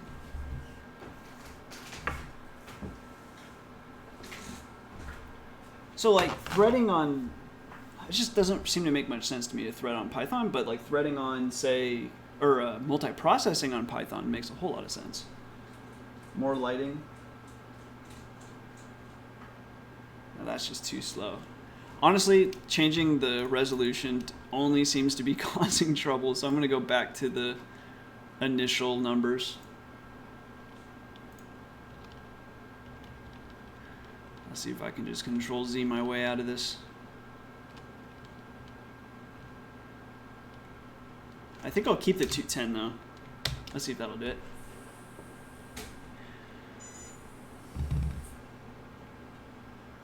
Can you give me an example though of like when would you be sharing data in between thread inside one of your processes?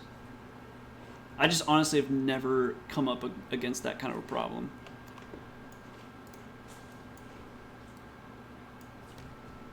Or I would just use async IO. Or asyncio, as the professionals call it. Can I have this? Thank you, sir.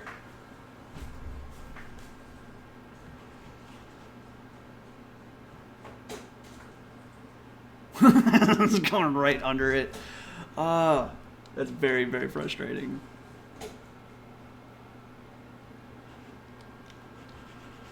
Download more RAM.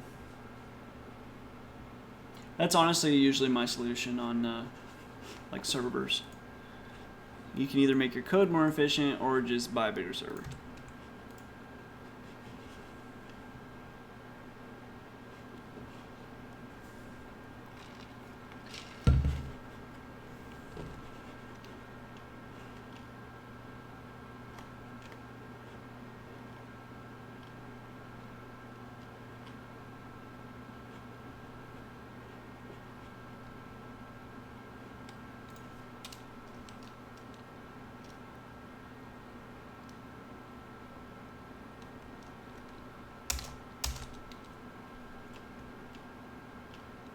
So at least, so maybe when it makes the strike, it gets kind of off place, but every time we move the arm, we're trying to reset it back to that Z coordinate. So I'm still a little confused on like why that puck keeps lifting up.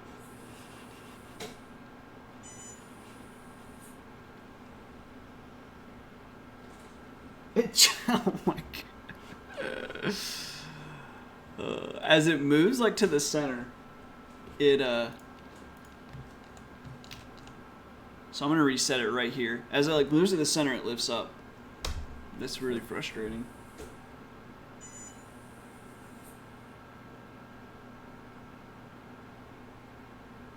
I'm trying to think if it could be like, so it's sitting on a box.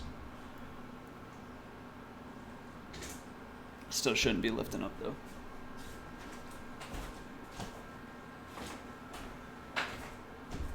And frozen. Lovely. Sell merch. I have some shirts and hoodies. They're still in bags though. I closed the shop whenever I moved. Can you let the striker sit loose? It's possible. I've not seen how you can do that. You can only set the gripper to be like true or false. So it either is like max grip or no grip.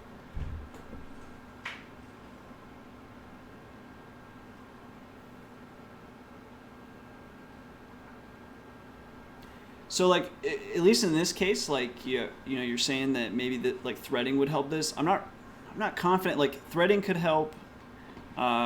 Maybe retain the camera feed, although so would multi-process. But other than that, what's actually causing the arm to hang, or what's actually causing something here to hang, is something that has to be resolved. I'm not really sure that threading is going to solve this one.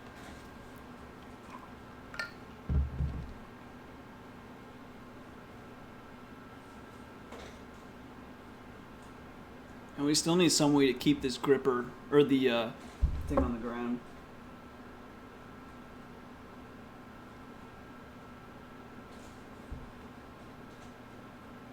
I just can't think what's causing it to like lift up, and why setting it back down is changing anything. Set the process to priority. Don't think that's gonna help.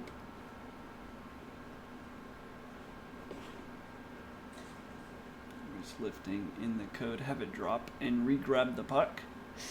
So the problem with that is like to drop it and re-grab it takes a decent amount of time. it'd be better if it just didn't lift up. Franklin, we don't really know why it's lifting up.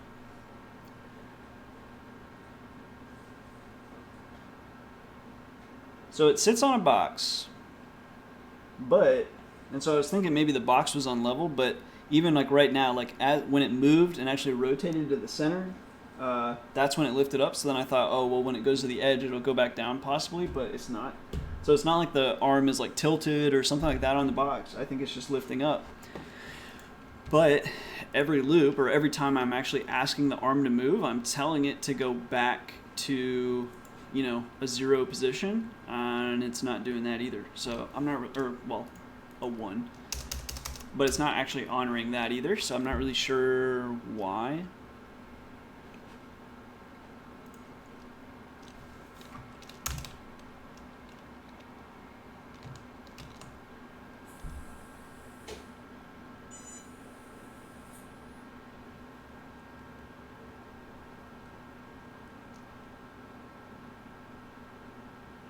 What we could do is, like, after so many iterations, you could have it like let go and print the arms XYZ coordinates.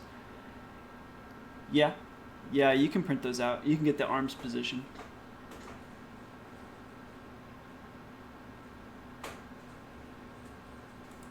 Yeah, it's still rising up.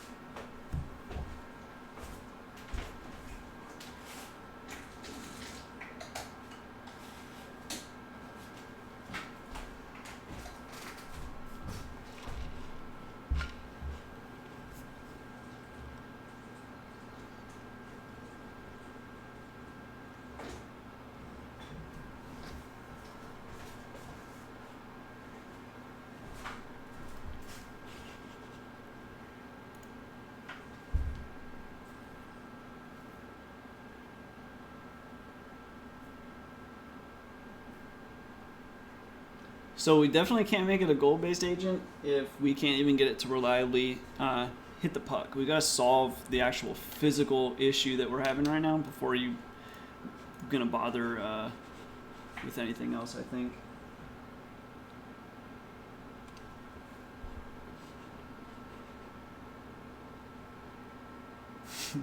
Yeah, the arm is very stubborn. So we have the puck X, and so let me go back over here.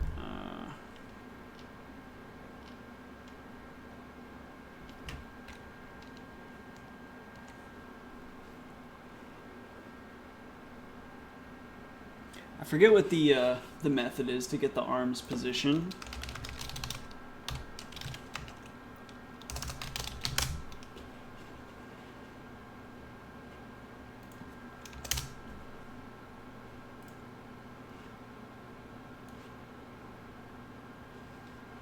I think it's like get position maybe or something.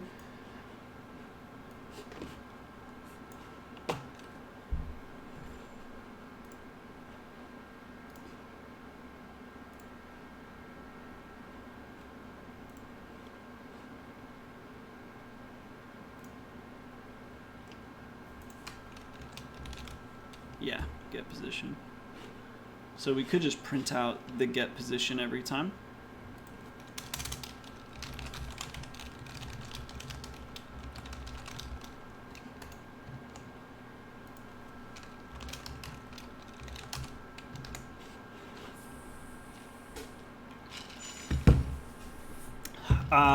No, the z-axis is 100% up and down. So X is forward and back, Y is left and right, and Z is up and down.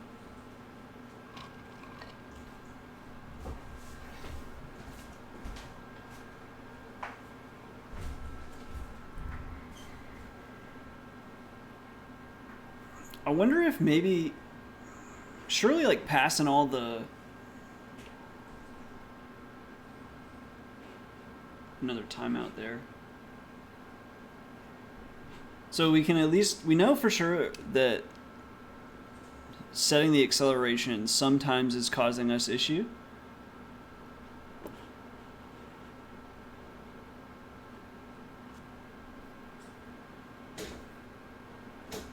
I can't answer that question. Better arm for learning the DO bot or U arm. I couldn't tell you. It looks like the... Well, first of all, they're... Let's see.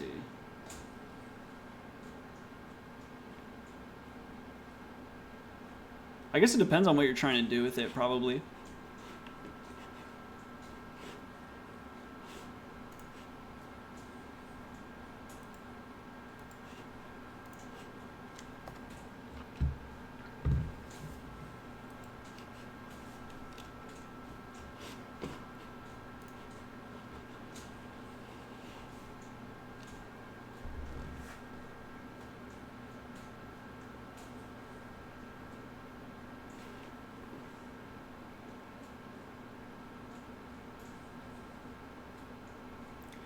Define the XYZ to be relative to the camera?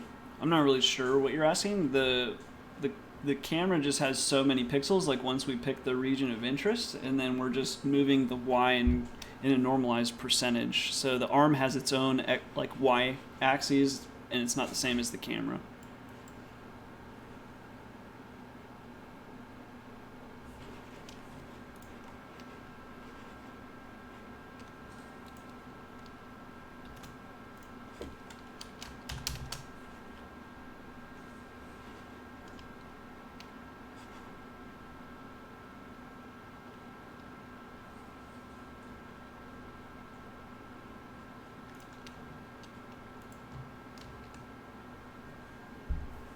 So I thought about using TensorFlow object detection, and maybe that could be doable, but I'm pretty sure that would be slower than just filtering color in an image. So I thought changing the acceleration would be happy, but immediate freeze.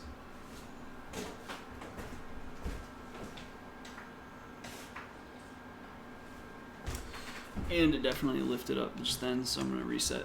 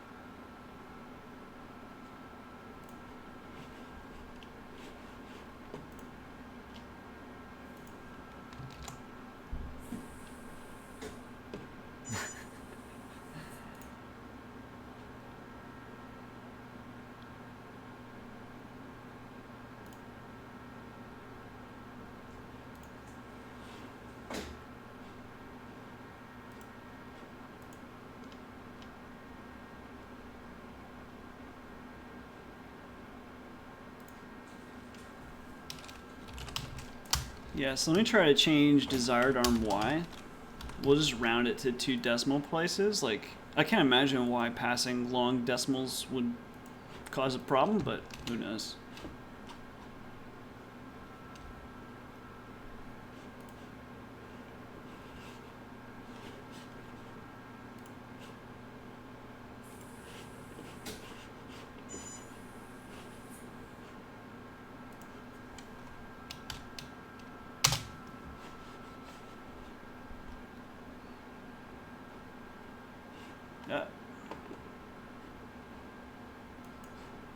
I also don't know why that keeps happening, other than if like the camera is not transmitting data for some reason.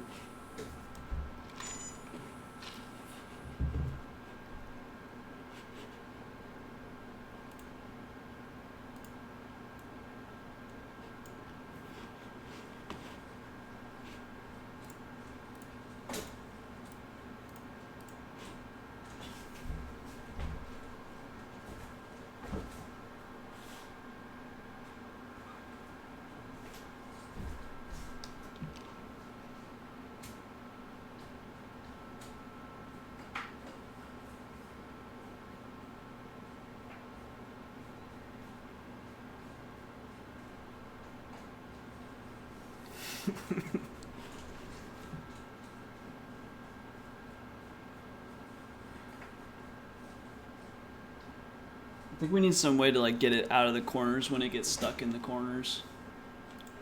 For some reason I can't scroll to that chat either.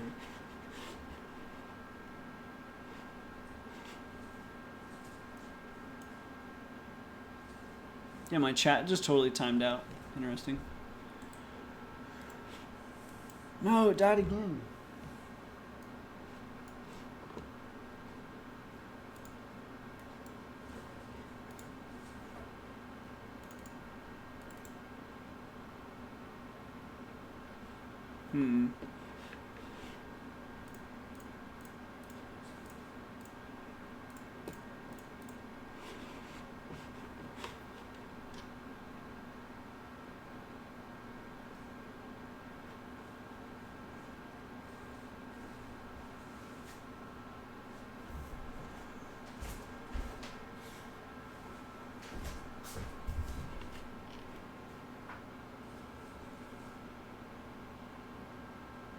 I'm also, why isn't the arm against a back wall?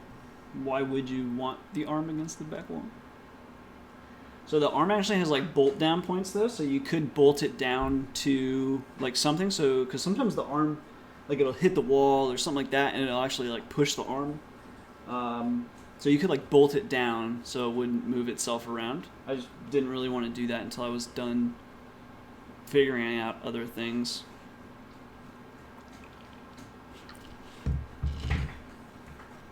Maybe a hacker is mining Bitcoin. That's probably it.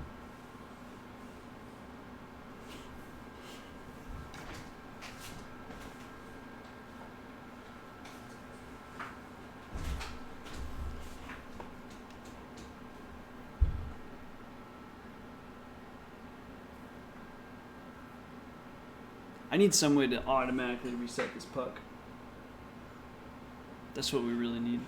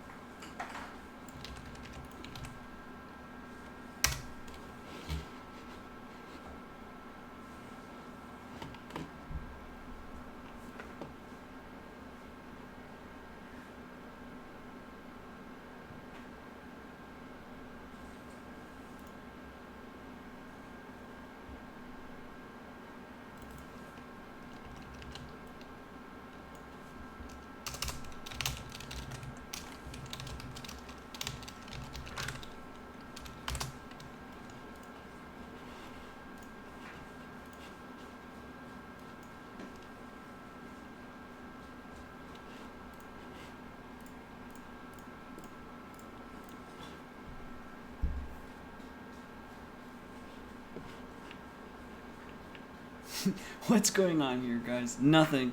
Nothing to see here.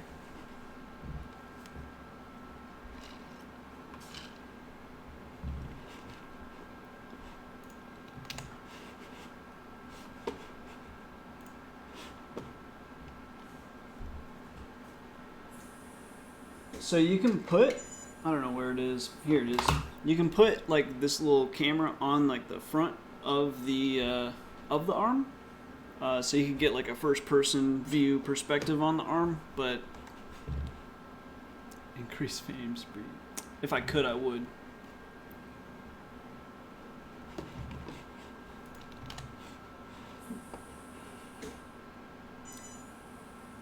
Put a live mouse on the puck.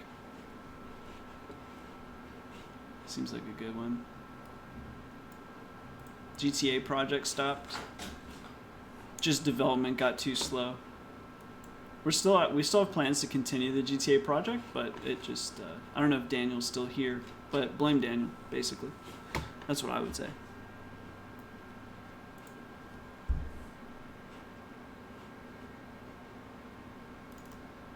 Yeah, I'm still here, but I can't really talk with you as I can't hear Sentdex on Discord, and I have big lag. And when I'm talking, I'm hearing myself after about 10 seconds, so I can't focus on talking to you.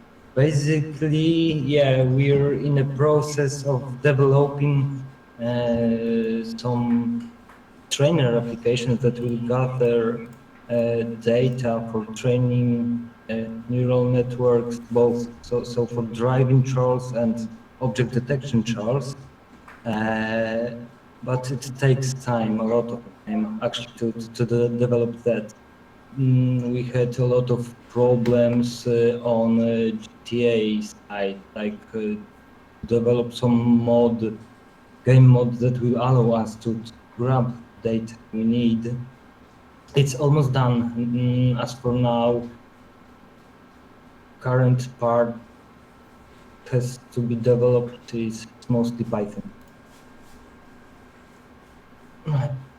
And I actually had to take my headphones out to be able to say that. Why wouldn't you just mute the stream?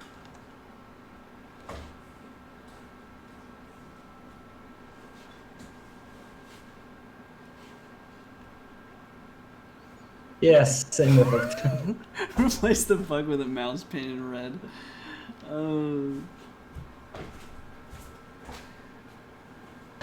My delay.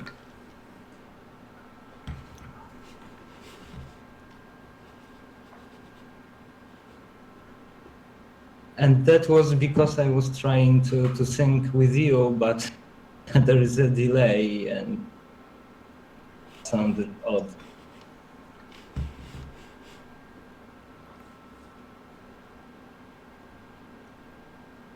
So I'm not sure why it's not striking here.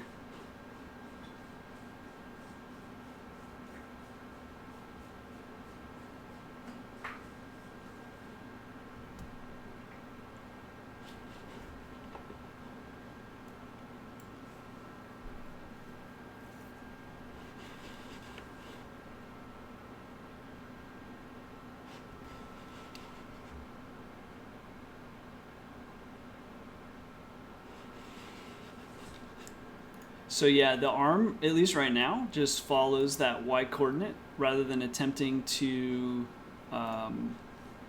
predict anywhere where the puck is going. So there's a few issues. One is we can't really trust this current frame rate. It's not really a static, let's say 15 or 20 or whatever you would hope it to be frames per second. So you can't really. You could use like motion blur or something like that to detect the speed, but I'm not really sure how reliable that would wind up being. I think we just lost the striker. Sure did. The arm just legit dropped the striker and moved up. I'm not sure why it would do that. It's decided. I think it's done.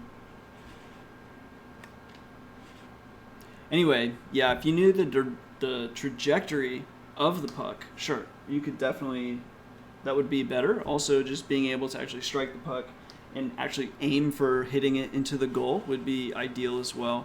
But again, just like the other things, the first problem we have to solve right now is why does the arm freeze up, and then how can we get it to even hit the puck hard enough without setting the acceleration up to these astronomical numbers.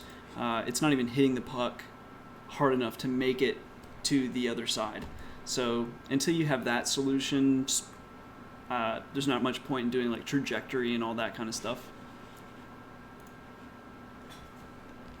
Why are frames so choppy? Well, at least right now we've got this, 0.25 of a second sleep. Just trying to slow things down because that seemed to be causing trouble when it was coming in possibly too fast. We could try that.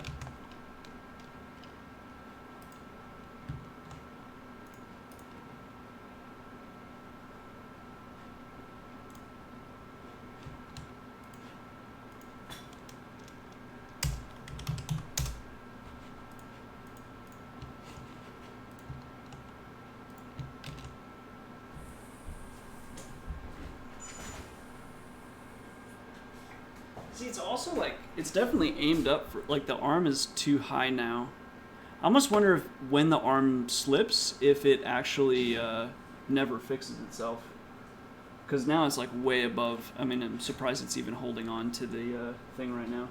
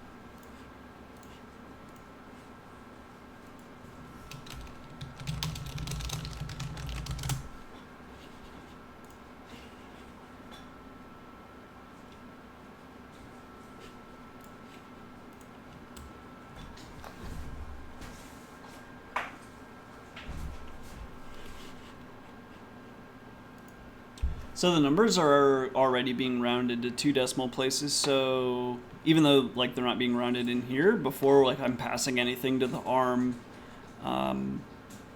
obviously this is a whole number, and then here I'm rounding it to 2 decimal places. I mean, we could pass a whole number, but I'm not really sure that's actually gonna do it.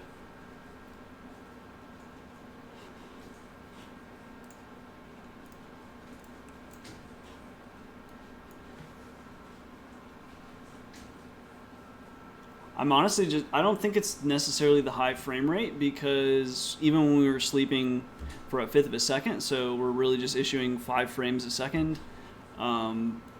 it was still freezing up, so I don't really think that could be the issue.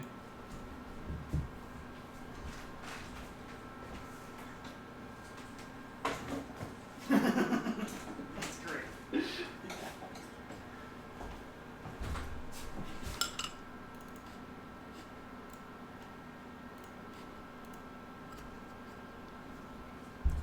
No, I don't think you can cancel any commands that are sent to the ARM. All you can do is do a flush command, which only just waits for all the commands to finish.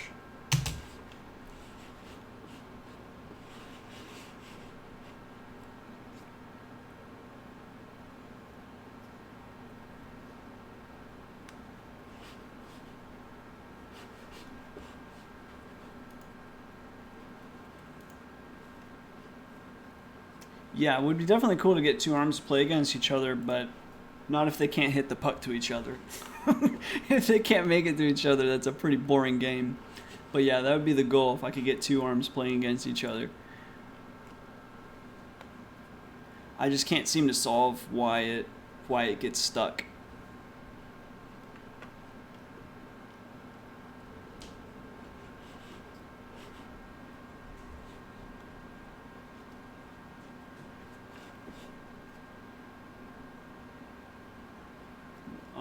Why do you think changing the sent swing would change anything?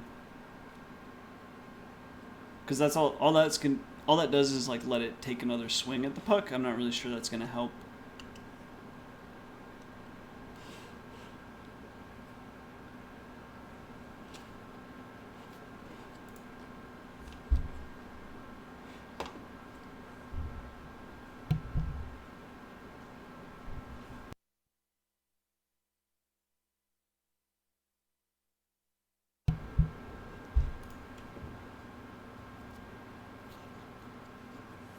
Autofocus? Actually, I don't think the camera's set to autofocus right now. Oh, it is. That could be possible, because it would definitely trigger an autofocus when I went over there and like the shadow came into play. That's possible.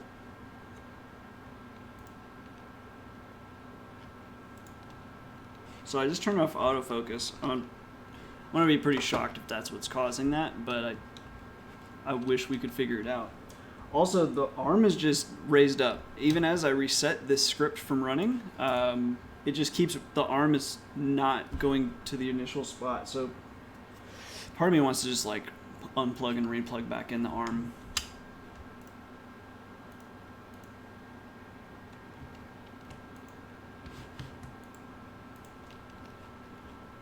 I think I'm just going to do that, because even when I set it back to the exact same Z coordinates, it's over the striker now. I don't know why it's doing that.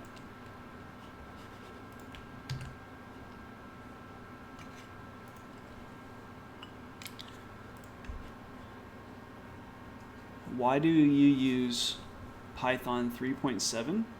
I have Python 3.7, but I'm not using Python 3.7 here, so it's definitely Python 3.6.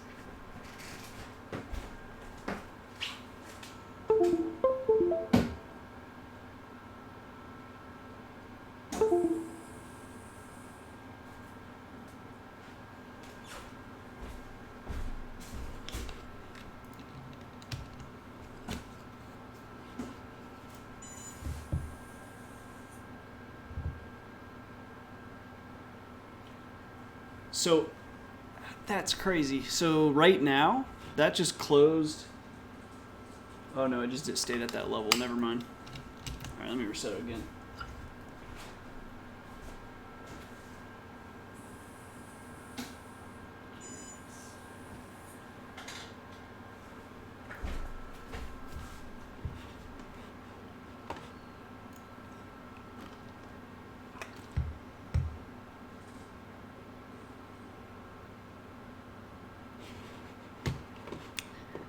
See, it's definitely timing out at this point, which is a problem. And again, I never had it time out there when I was just using it without this other camera. So it still makes me think that it's a bandwidth thing.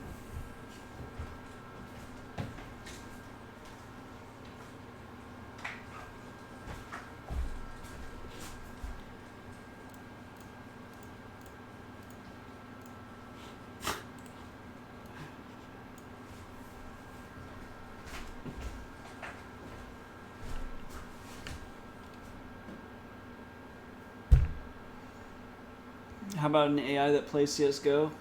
Yeah, I've thought about doing that, especially with object detection. I think it could be pretty easy. I don't really know all the rules with... The problem with like a lot of online games is that if you do stuff like that, you get in a lot of trouble. I know you can at least play it like on your own machine, but what I'd want to be able to do is like play against other people. And I don't know if there's a way for me to do that in CSGO or not, without getting like a ban.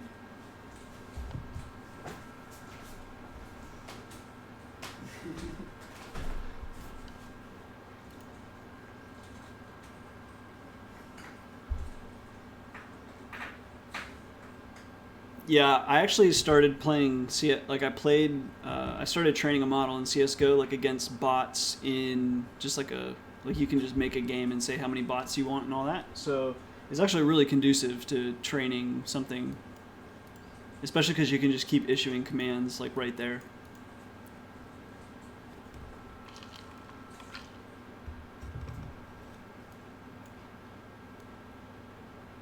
But how easily can you make a server?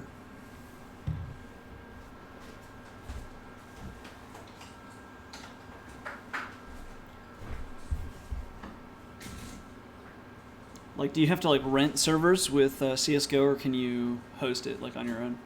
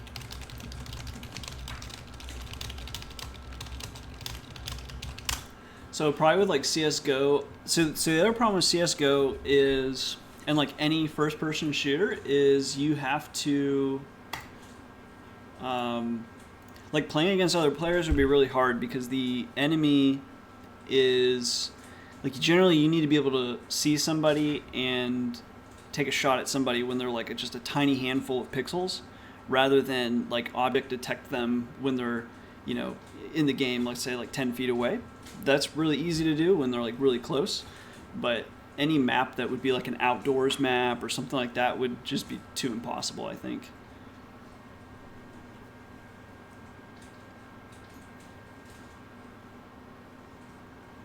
This arm's playing this game pretty consistently. I forget what our last change even was.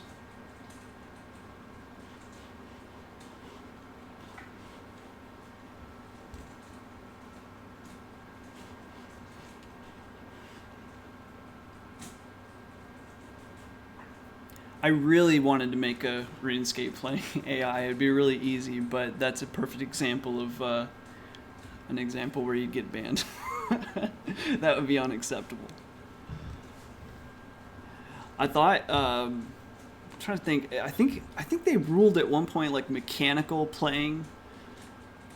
It was like I saw a Reddit thread. Someone used like I think it was a fan to like click the mouse, and the question was whether or not that's like bannable. This is not really so much software based, but you'd still have software running it. But they were claiming that since the fan was all mechanical and there was like no quote unquote software, even though I'm pretty sure software runs, but I'm not really sure. So you can definitely train the bot to detect body parts, but you need a large image to do it. Like you could never detect because in a first-person shooter, you have to be able to detect like a person from a huge distance. Like that's part of the skill that's involved, is like determining is that a bush or a person. But that's gonna be pretty hard with an AI, at least with all the object detection or just a simple like ConvNet or whatever.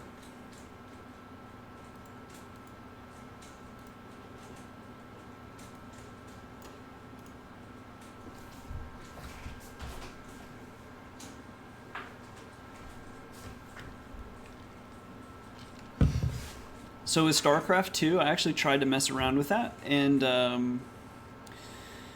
couldn't figure it out.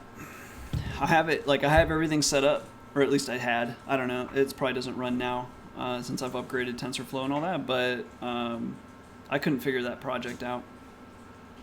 And it was like maybe a couple weeks after I paid for StarCraft, they released it for free. That was great.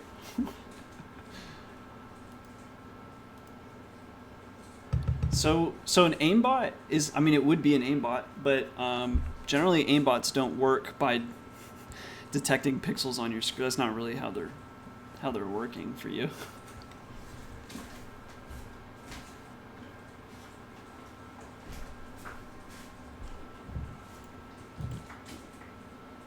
But I don't know if anybody remembers the like I made an aimbot in GTA that was like see if I can't pull that one up.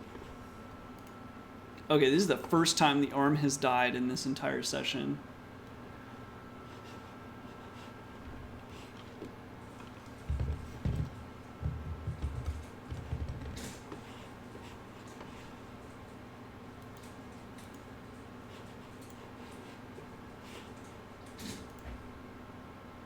Rip arm.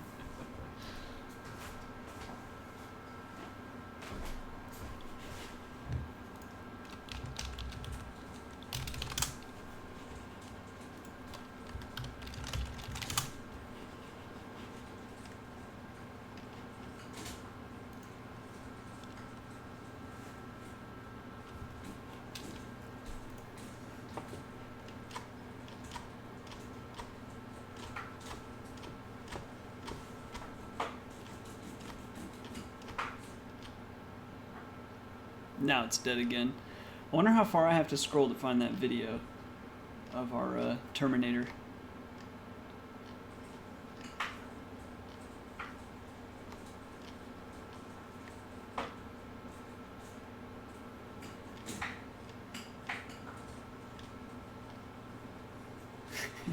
Yeah, here it is. Yeah, so this one just used object detection, and when it found the person, it would just go to the center of the coordinates and then shoot. So it was pretty good at like a real close distance, but even here, see how long it takes to finally detect the person. Like once it detects the person, the reaction time is, you know, perfect. But definitely like when they're at a distance, it can take a while. That's pretty good though. That's a pretty good.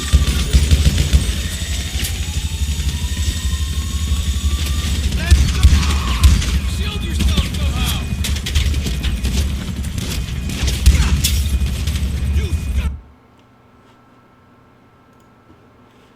Loud. Let's see, probably because I have desktop audio on as well, and the subwoofer probably picks up a lot. No, that wasn't YOLO. That was, I think that was Coco. All the greatest names for these things.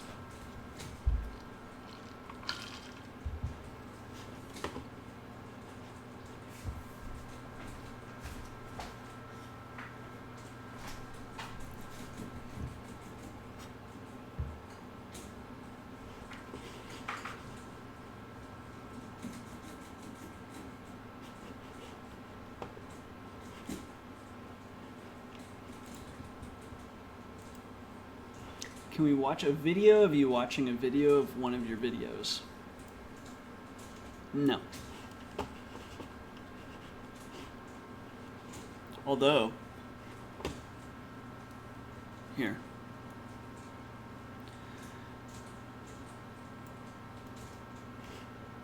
What if I did this? That's even better.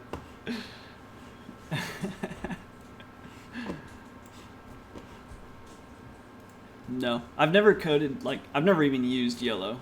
I mean, it'd be worth trying if I was going to go do another, like, aimbot kind of thing, but I've never actually used it.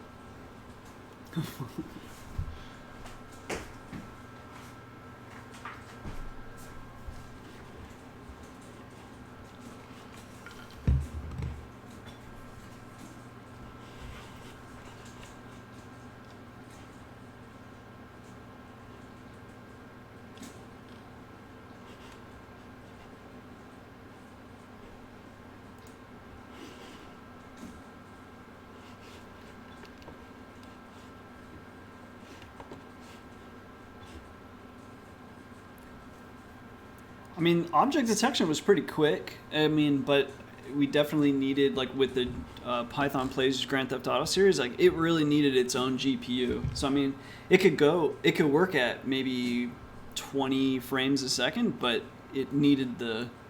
I think I ran it on the Titan, and then the self-driving car was on the actual 1080 Ti.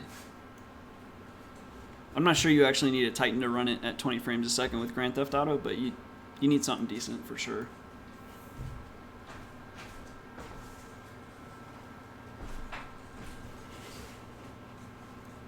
But maybe if I can't get the ARM to stop freezing and or not move at super slow speeds, I just was expecting to be able to get make a real life aimbot. Probably not. Probably not a good idea. I did think about using the ARM, so the ARM has the laser on it, and I thought about you could use the ARM to like shoot mosquitoes at your home. That'd be as close to a real life aimbot as I would get. Titan V would definitely work, but it's like way too expensive of a card for what you get.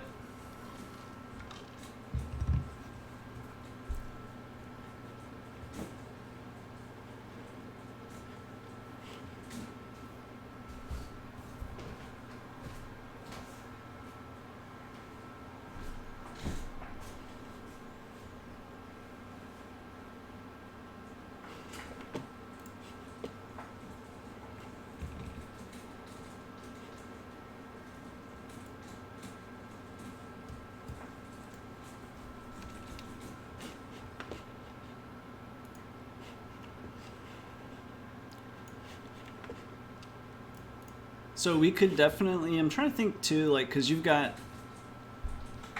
I don't think you can make. So we could definitely make our own servers in CS:GO, and then so if I make a local server in CS:GO, can you make that publicly accessible for anybody?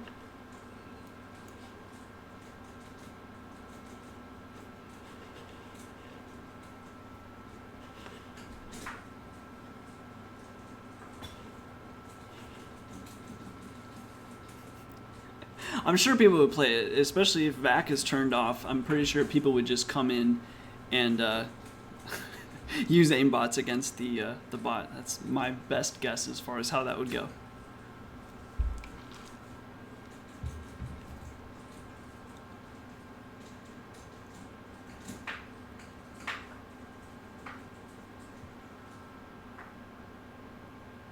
Ah, it was going so good.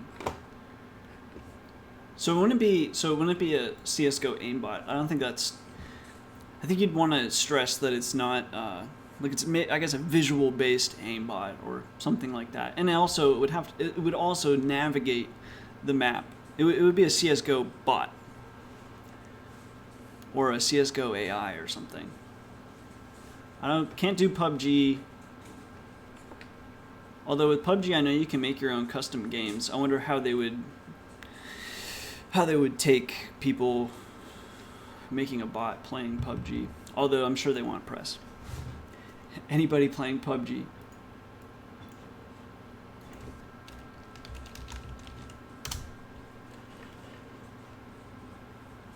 Yeah, so that was my goal, Bench, was to have two bots competing against themselves. And then you can make each bot kind of explore using different parameters and stuff like that. And then the victor becomes the new training model, and then you just continue repeating that process over and over and over and over.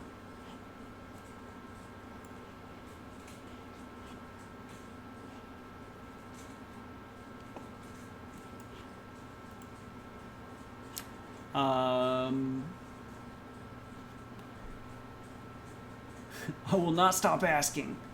You heard of Intel Movidus? Only like briefly. I don't know that much about it. You want to tell us about it?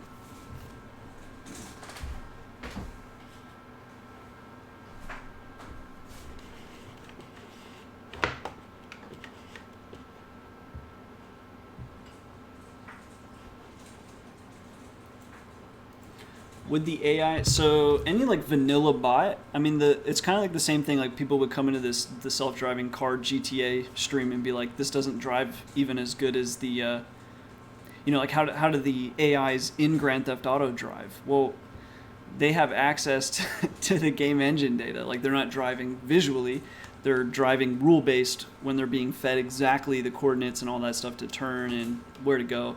And that's the same thing with like the game bots, let's say in CS:GO. They have access to all the data. They're just made to be kind of stupid. But you could, if you just had direct access to like all of the game data, you could make a bot that would just be undefeatable or at least super difficult.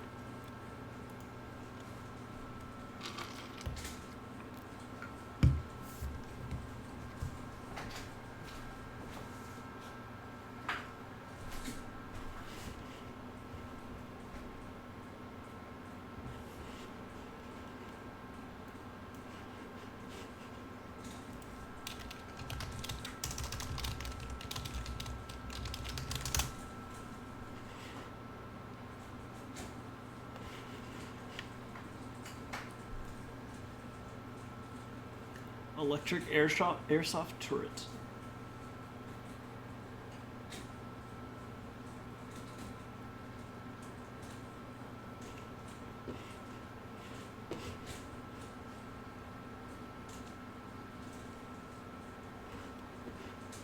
It really wants to just go into that corner.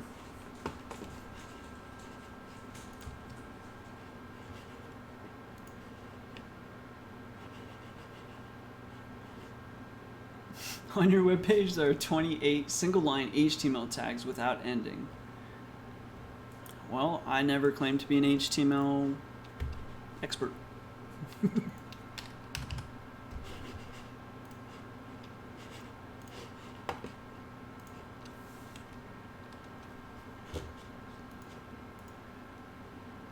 Why not using it? The Movidus? I don't know. Send me an example of what you think I should use from them.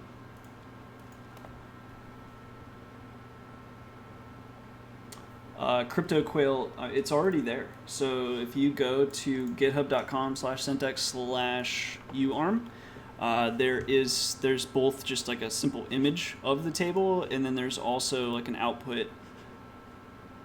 I don't know if I can view it. No, I gotta download it. So, but you can download that file and you can see it. Anyway, that's a video, so you could use that.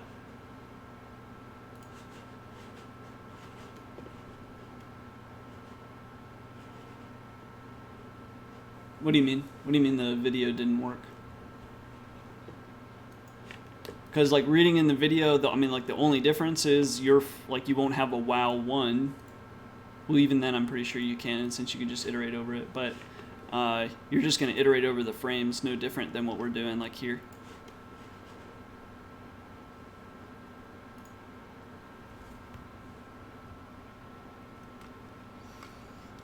The alternative to using cameras? I'm not sure what else you would use.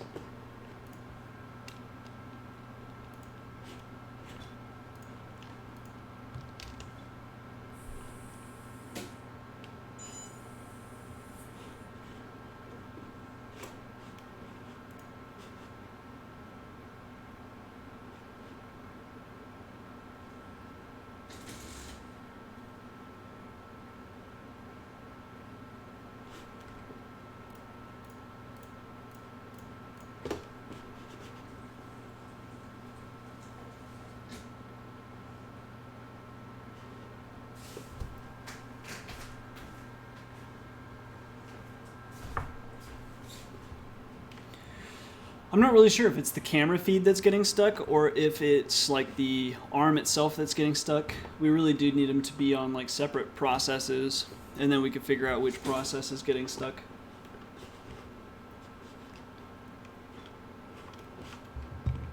I blame Daniel. He was supposed to be doing that.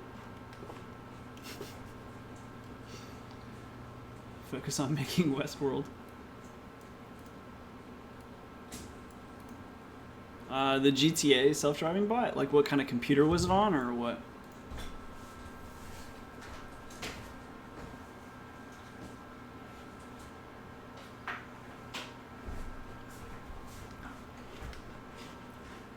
Convert, if you want to see the code, just go to the GitHub page for it.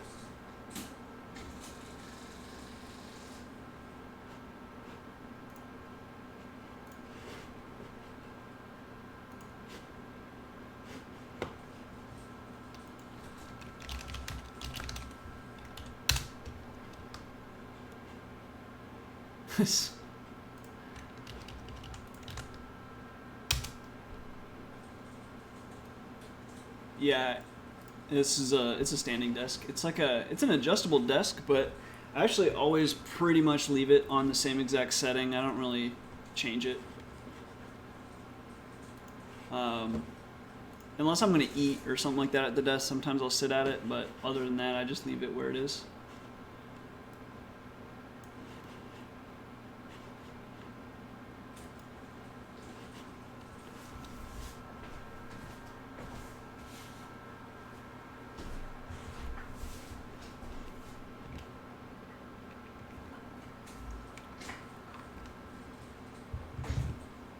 Every time I adjust the puck, it seems to freeze.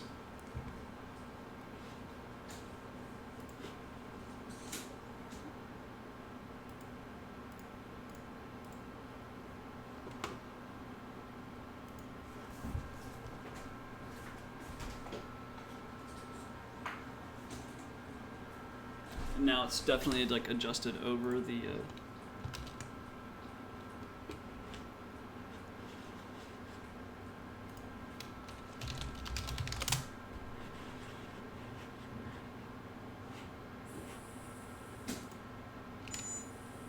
a tutorial about building a gaming PC.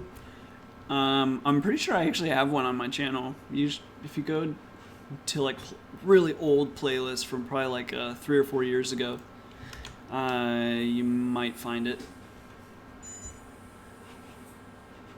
It's basically the same.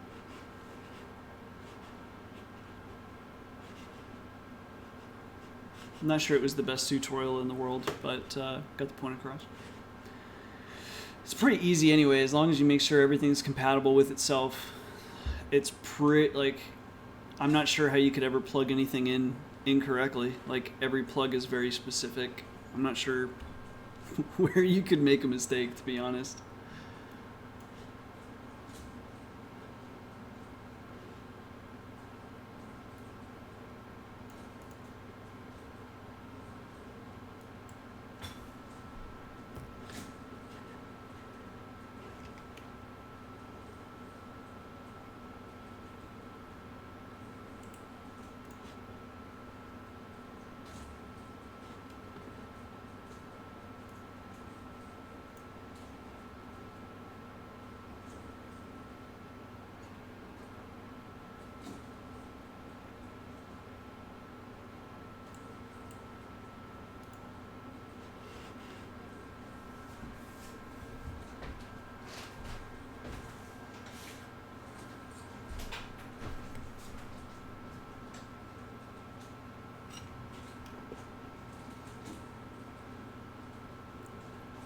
Yeah, I'd probably do more live streams in the future. I'm not sure how much longer I'm going to have this one go, because I just can't figure out how to solve this arm. I wish it wouldn't freeze. And I wish I could get it to go faster. And I wish the puck wouldn't get stuck there every 5 seconds.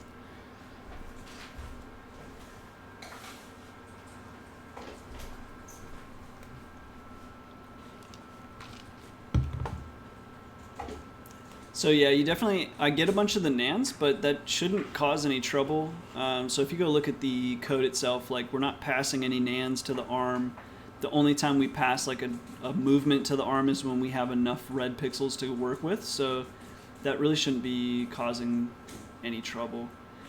Bad servos, perhaps. I mean, probably not. I feel like if someone from Factory came here and saw what I was doing with it, they would probably say it's not the servo, it's the fact that we're speeding everything way too much.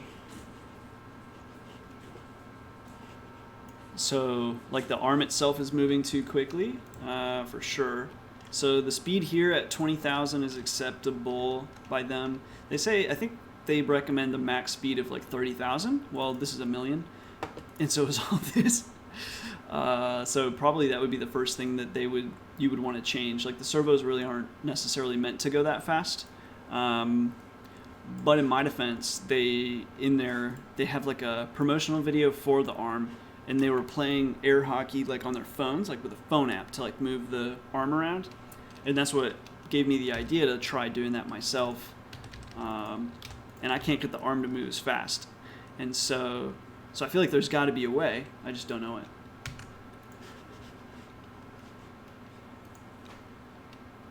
Yeah, you could use a Raspberry Pi.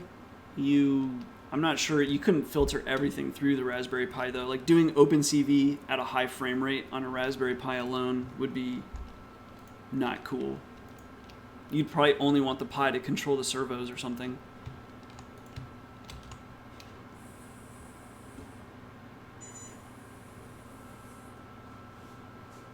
And the arm keeps lifting up too. That's annoying.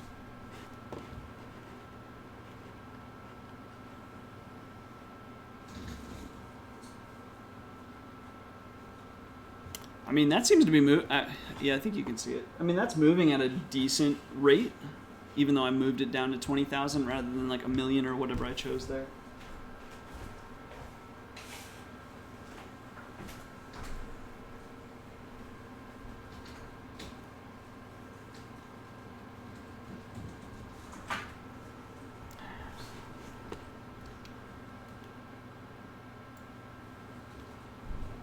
So at least in this case, I mean,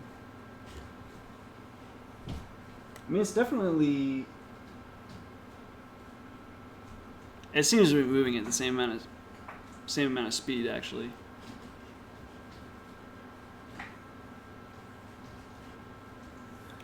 This is the blurring window here.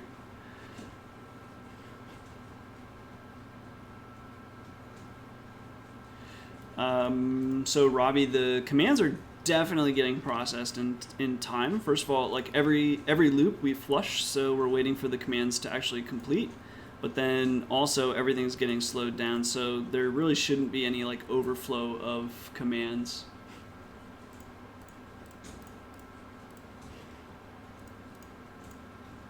But also, after changing the speed to 50,000, I haven't really noticed that the arm itself is moving at any different speed. So I'm kind of actually, I think I'm going to drop this to 30. It seems like the acceleration makes all the difference.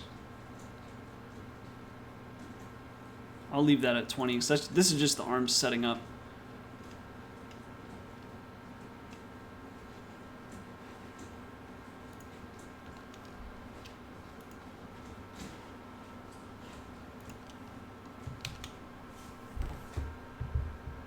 But so the arm is also like still lifted up over the puck or the striker a little bit, which is pretty problematic.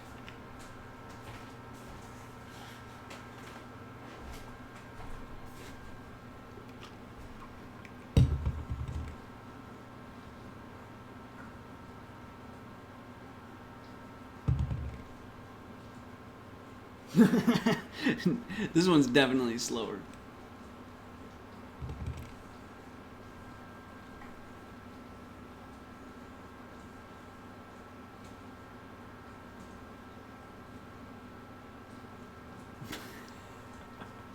Yeah, I should go get a like a long dowel or something, and then I can poke the puck.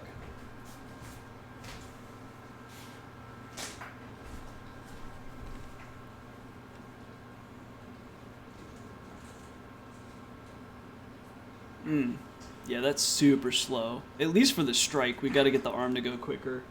It just doesn't hit it hard enough. That's just painfully slow.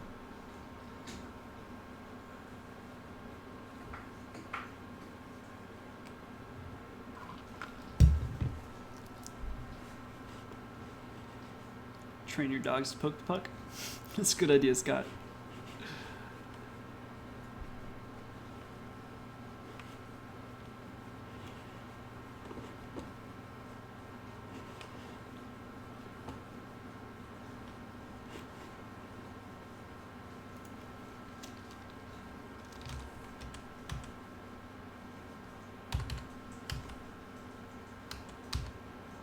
So really it's just this move that we really want to be as fast as possible.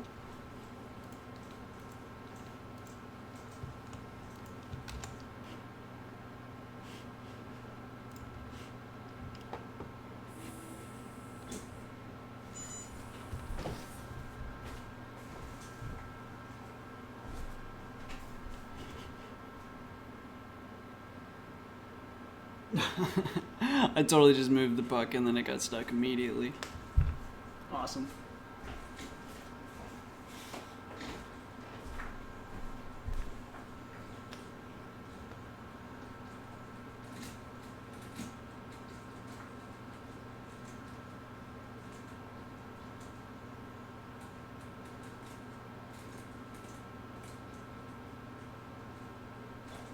I'm not sure why it's not striking the puck at this point.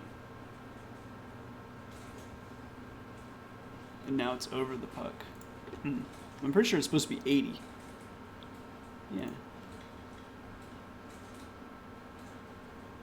Interesting. So our arm's actually a little more...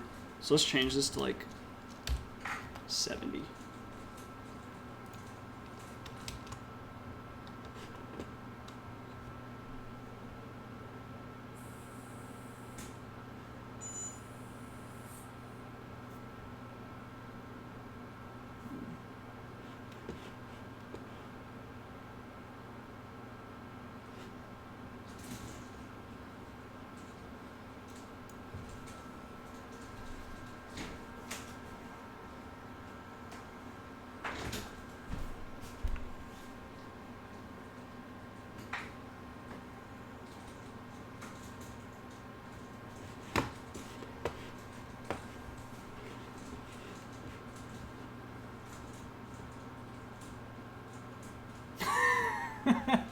Wow.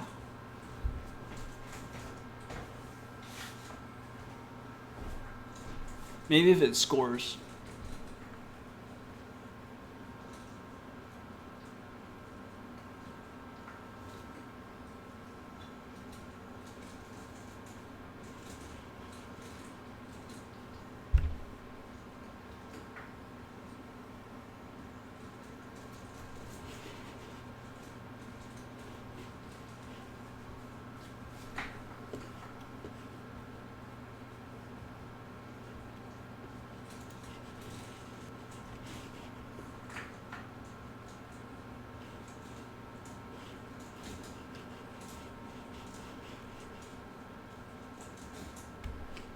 Oh, thank you, Jason.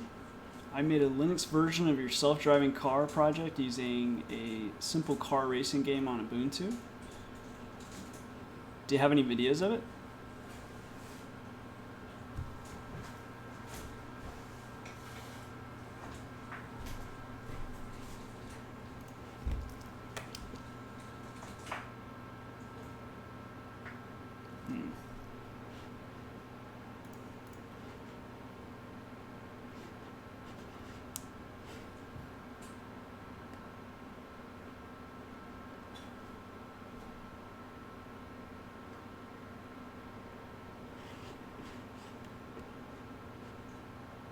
So Ravi, you can definitely you can give it relative positions.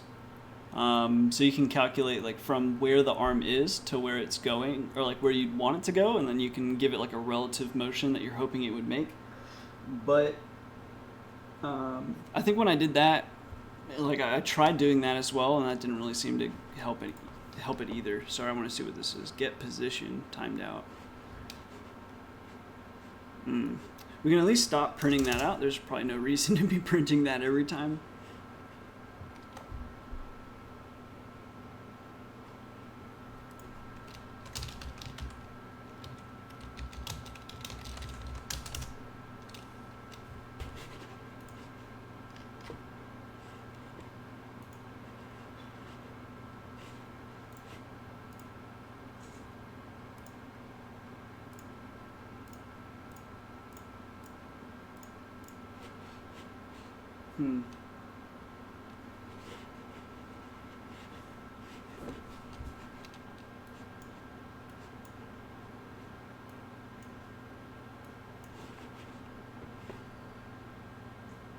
See, like now the arm is just timing out a ton, and I'm not really sure why.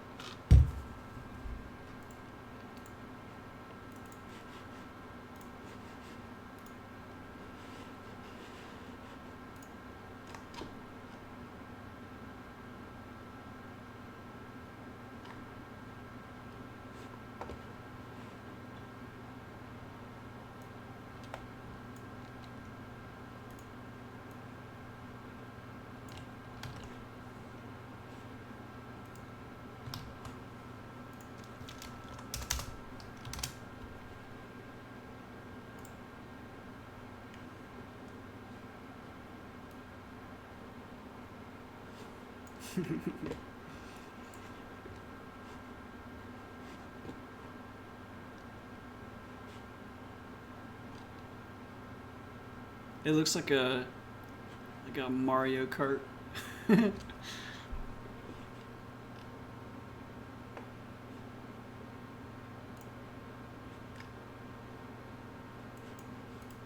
Any reason you used AlexNet over the Inception model?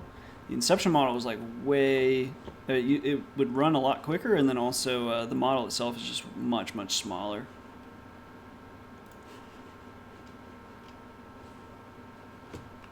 I'm not sure if you made it that far in the GTA series, but eventually we switched it to the Inception model, and that definitely helped a lot. Also, for some reason in the GTA thing, like running it on different machines, despite having like identical hardware, was separate. Like it would act totally different. The only thing there was like Windows 7 versus Windows 10, and that was it. but that made a big difference.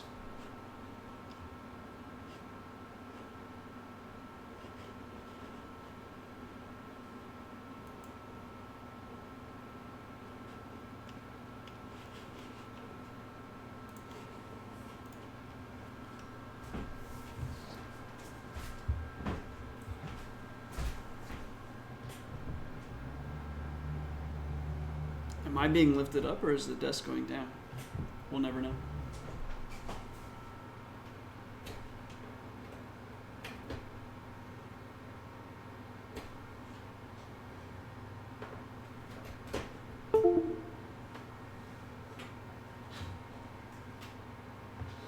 Dang it. I really need this USB cord to make it to this other spot. Daniel wants me to try plugging it into a different, because they were plugged in basically next to each other. Maybe I'll just try that instead.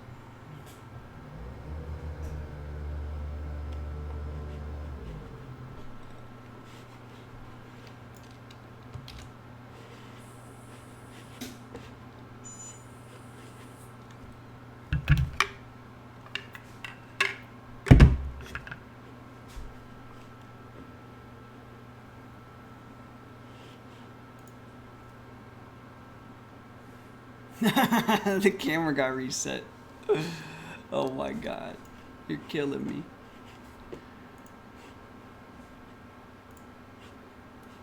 Let's see. Find the puck. Oh.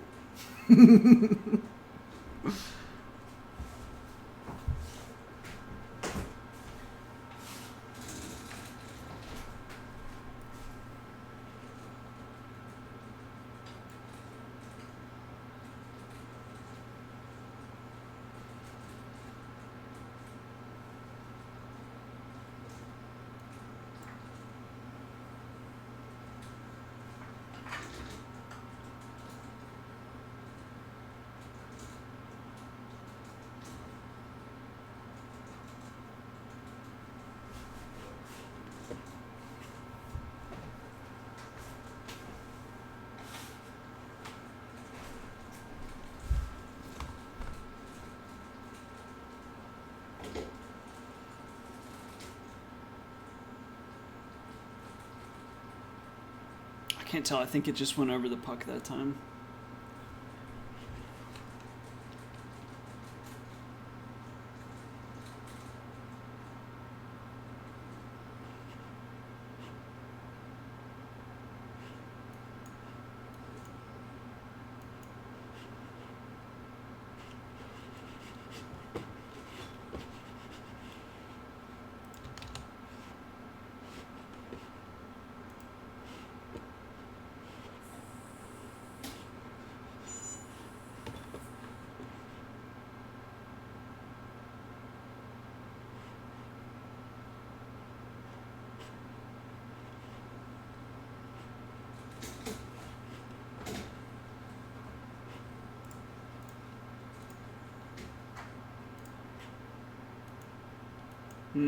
Okay. It finally did freeze out again, even though they're in different ports.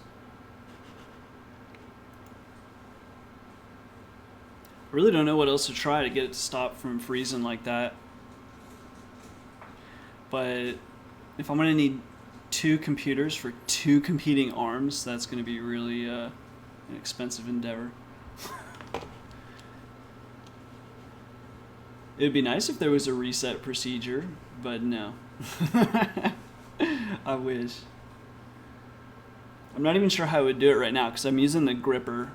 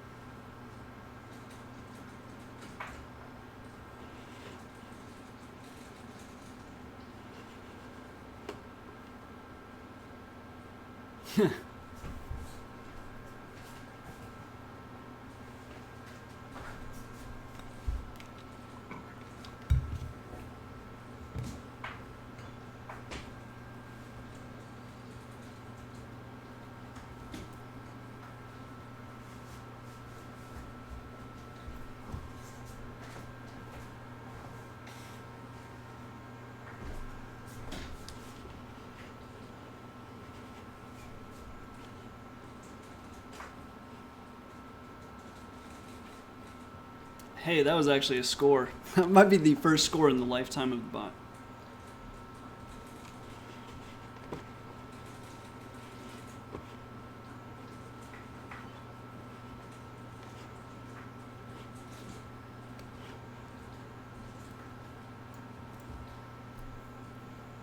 Yeah, I mean, if you tell the arm directly where to go, I mean, it moves pretty well. I mean, depending on how much, well, how fast you ask it to move. Like, if you ask it to go slow, it's like, it's really precise. But if you want it to go fast, that's where it starts getting problematic.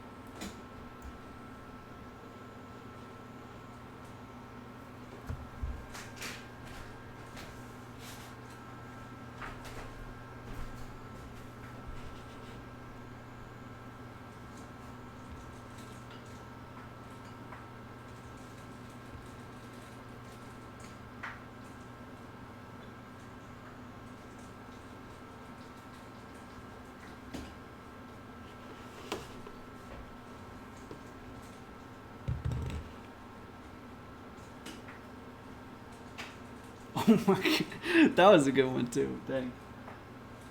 2 scores in almost no time. Just a couple minutes apart. Incredible.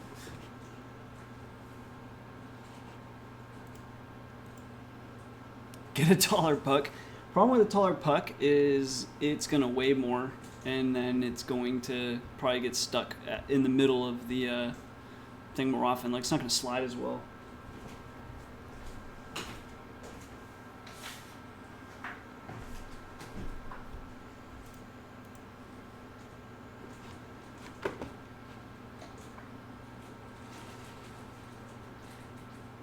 What do I do for a living? This.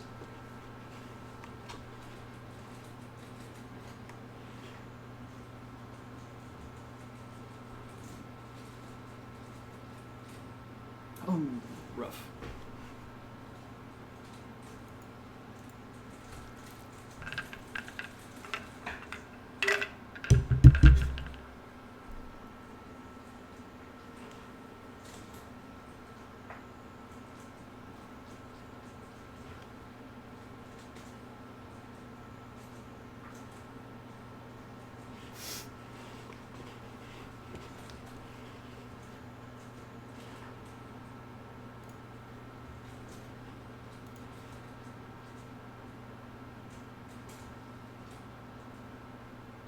Where's the puck at? 80.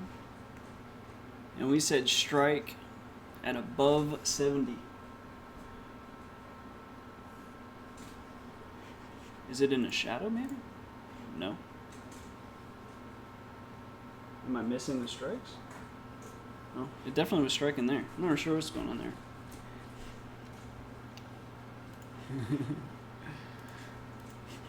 Alright, I think it's lunchtime for myself. I'm getting hungry. We'll have to figure out this issue on another day, and maybe probably put these on separate processes, and then we can figure out which one's going wrong. I'm pretty confident it's the ARM. I've never had OpenCV lock up on me like that, but we'll see.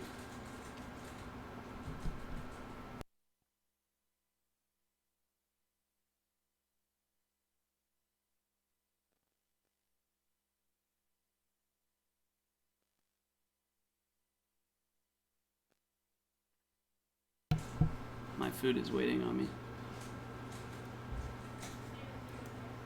So probably either next time we can work on this, or maybe we'll poke around with object detection on CSGO or something like that.